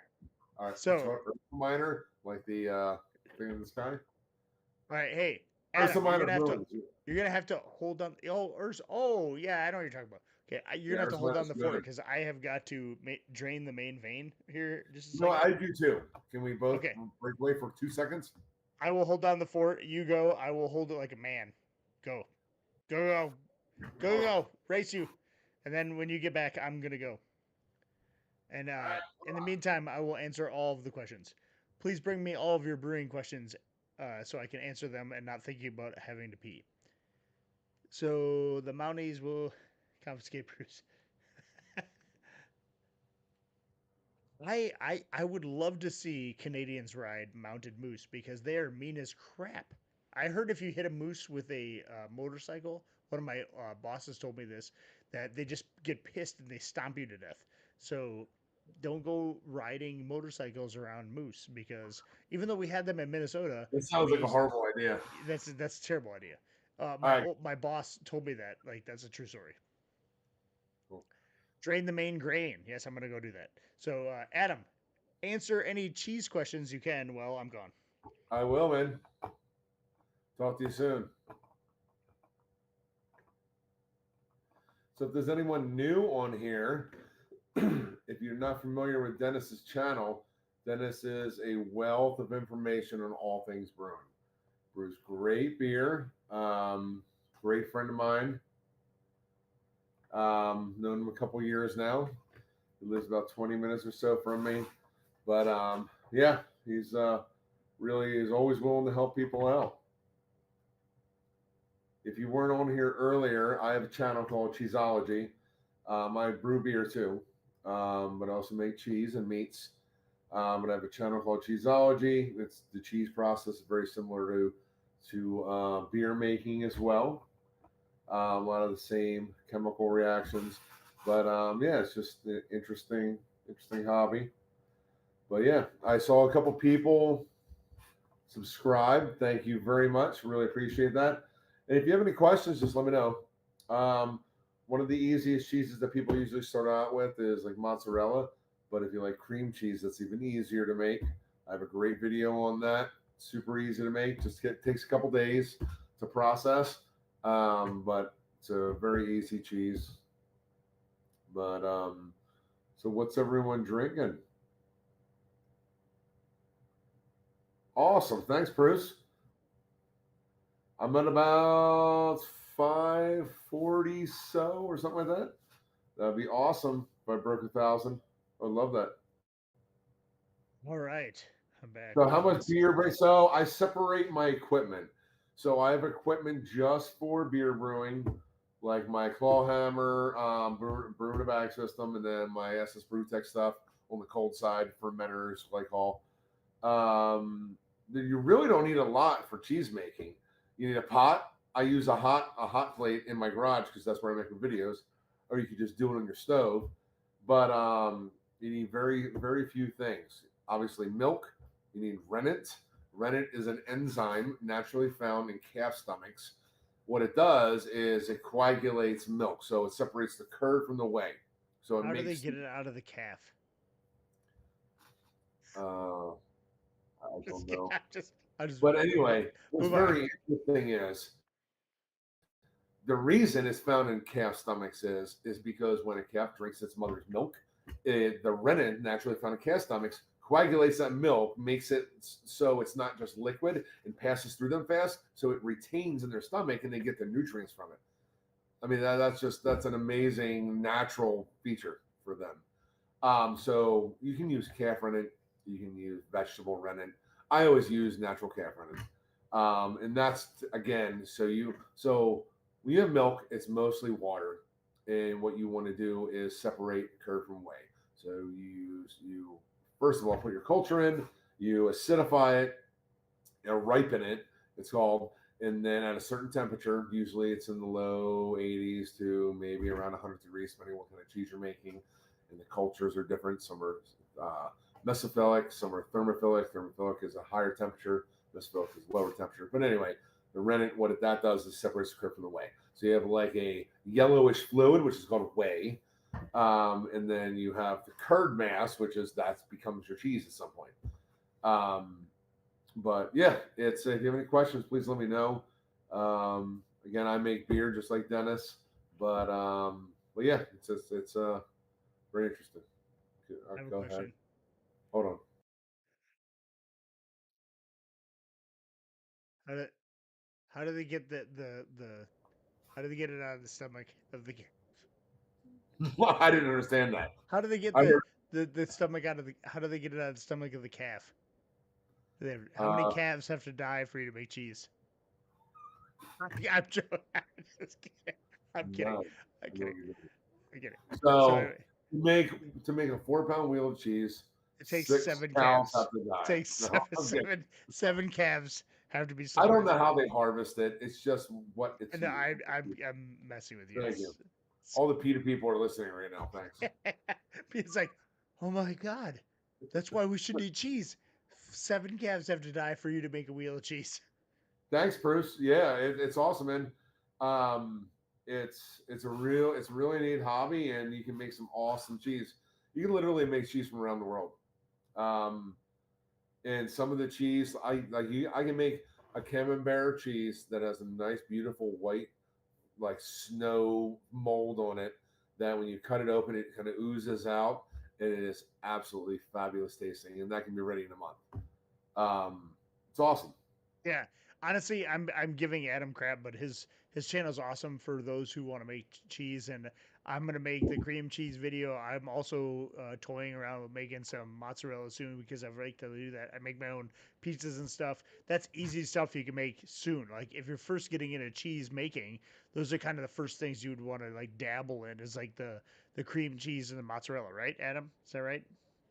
Yeah, mozzarella is what people usually start with. It's an easy win. So you can And cut it cream like cheese, or this. is that You easy get an enough? hour of making it. What's that? And cream cheese, right? And cream cheese, yeah. Yeah. Mozzarella you can cut with an hour of having it in the milk in a gallon jug. Cream cheese is easy too.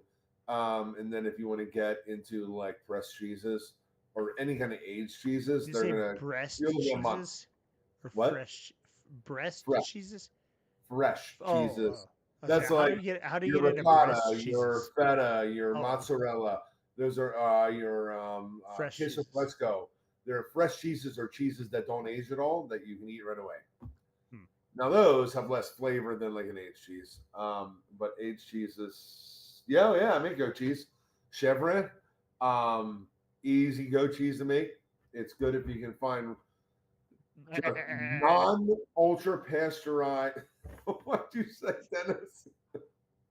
It's bad cheese. Yeah. Sorry, I had to do it. Go ahead. No, let's go. I'm not ruining your moment. I promise. I've just had way So, too many oh beers. yes, like goat cheese, like chevre is an easy cheese to make, and that's a fresh cheese. You can that I think it's been a while since I made that, but yeah, I think you can eat it within a couple days. It's like kind of has the consistency of like a cream cheese. Dude, you should make Really good. feta. Yeah, Beer Nation saying feta is goat cheese, right? I've never made feta. I don't think it has to be goat cheese. Hold on one second. You're the cheese But master. the thing is, if you're using goat milk, it's good. We're in Pennsylvania. I could get raw goat's milk, and it was fabulous.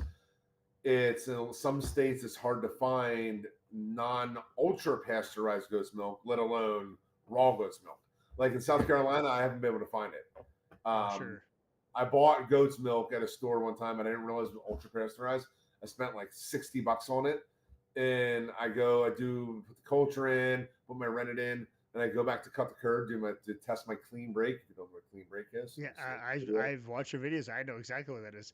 It's clean. yeah, It's cuts like a dental yeah. floss. Boom. You should be able to see it like Yep. separate the curd. Mm-hmm. I go to try to do that, and it was just like flakes of mush.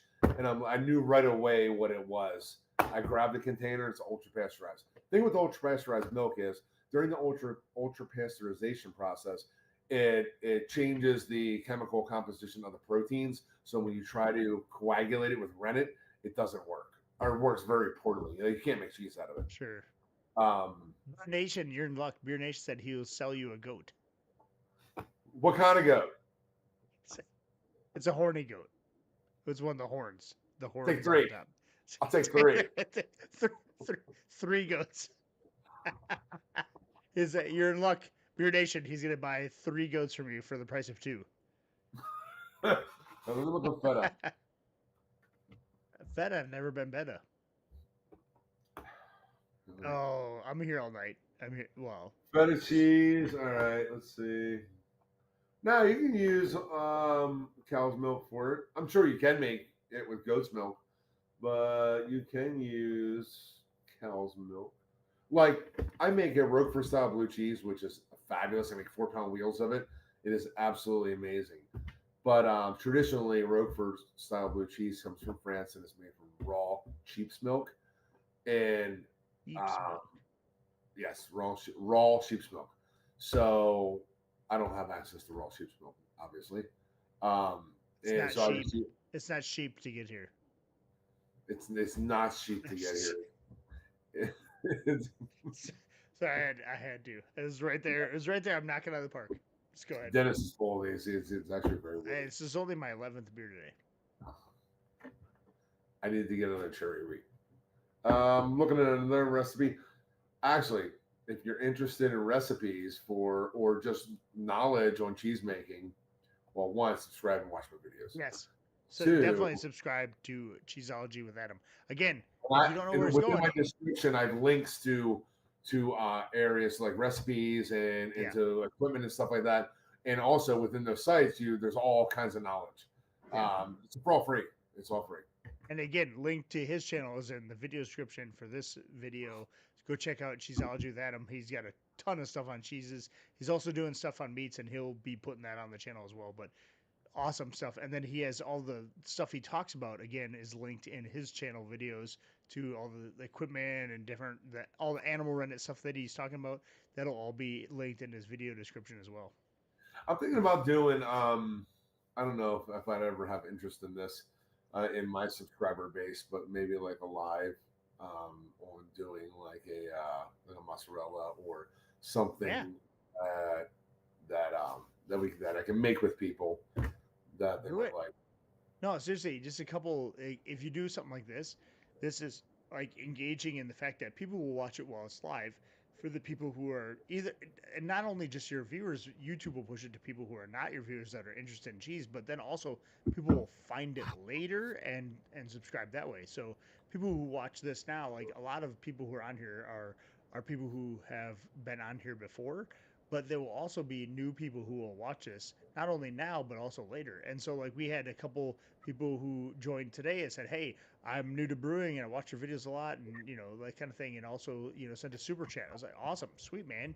So there's a lot of people who are on here all the time, but that get knowledge and just like to have fun and watch our live videos, but also there will be people who watch this thing, hundreds of people who watch this thing later that don't get a chance to get on tonight. So for the mozzarella thing, 100%, totally do it. Like I would say do that, and then you already have your mozzarella video, so tag that in the video description. I mean, that's what you do. Yeah. Yeah, absolutely. Yeah, for sure. And then all these guys who should be subscribing to your channel right now will come on and watch you make mozzarella and see how easy it is. I've had some folks subscribe tonight. Awesome, man. That's sweet. Thank you, everyone. The Cityscape Nation helping out. That's right. Sweet, man. Well, I'm gonna finish up this beer right here. Does Cheeseology use rudimentary equipment and DIY tricks like Cityscape Brewing does? Bruce asked. For beer brewing? No, for cheese making. For cheese making, you were talking about possibly even making like your own like press though, right? Like you could do that. Oh yeah. Like a DIY press kind of thing, right? Oh yeah. Oh yeah. I see what you're saying. Yeah. Yeah. Absolutely. Like you can go online and buy like a cheese press if you want to get into press cheeses, but they're pricey and they don't need to be pricey. So yeah, I was just thinking about that recently about doing something around a press. I mean, outside of a fresh cheese, if you make anything else, you need a press. It's kind of hard to do that because from watching your videos, like you have these certain forms that have to be a certain size and that kind of thing, and like cheesecloths and stuff like that. You're not gonna make those unless you crochet cheesecloths, like like that kind of thing. So it's harder to make some of the stuff DIY.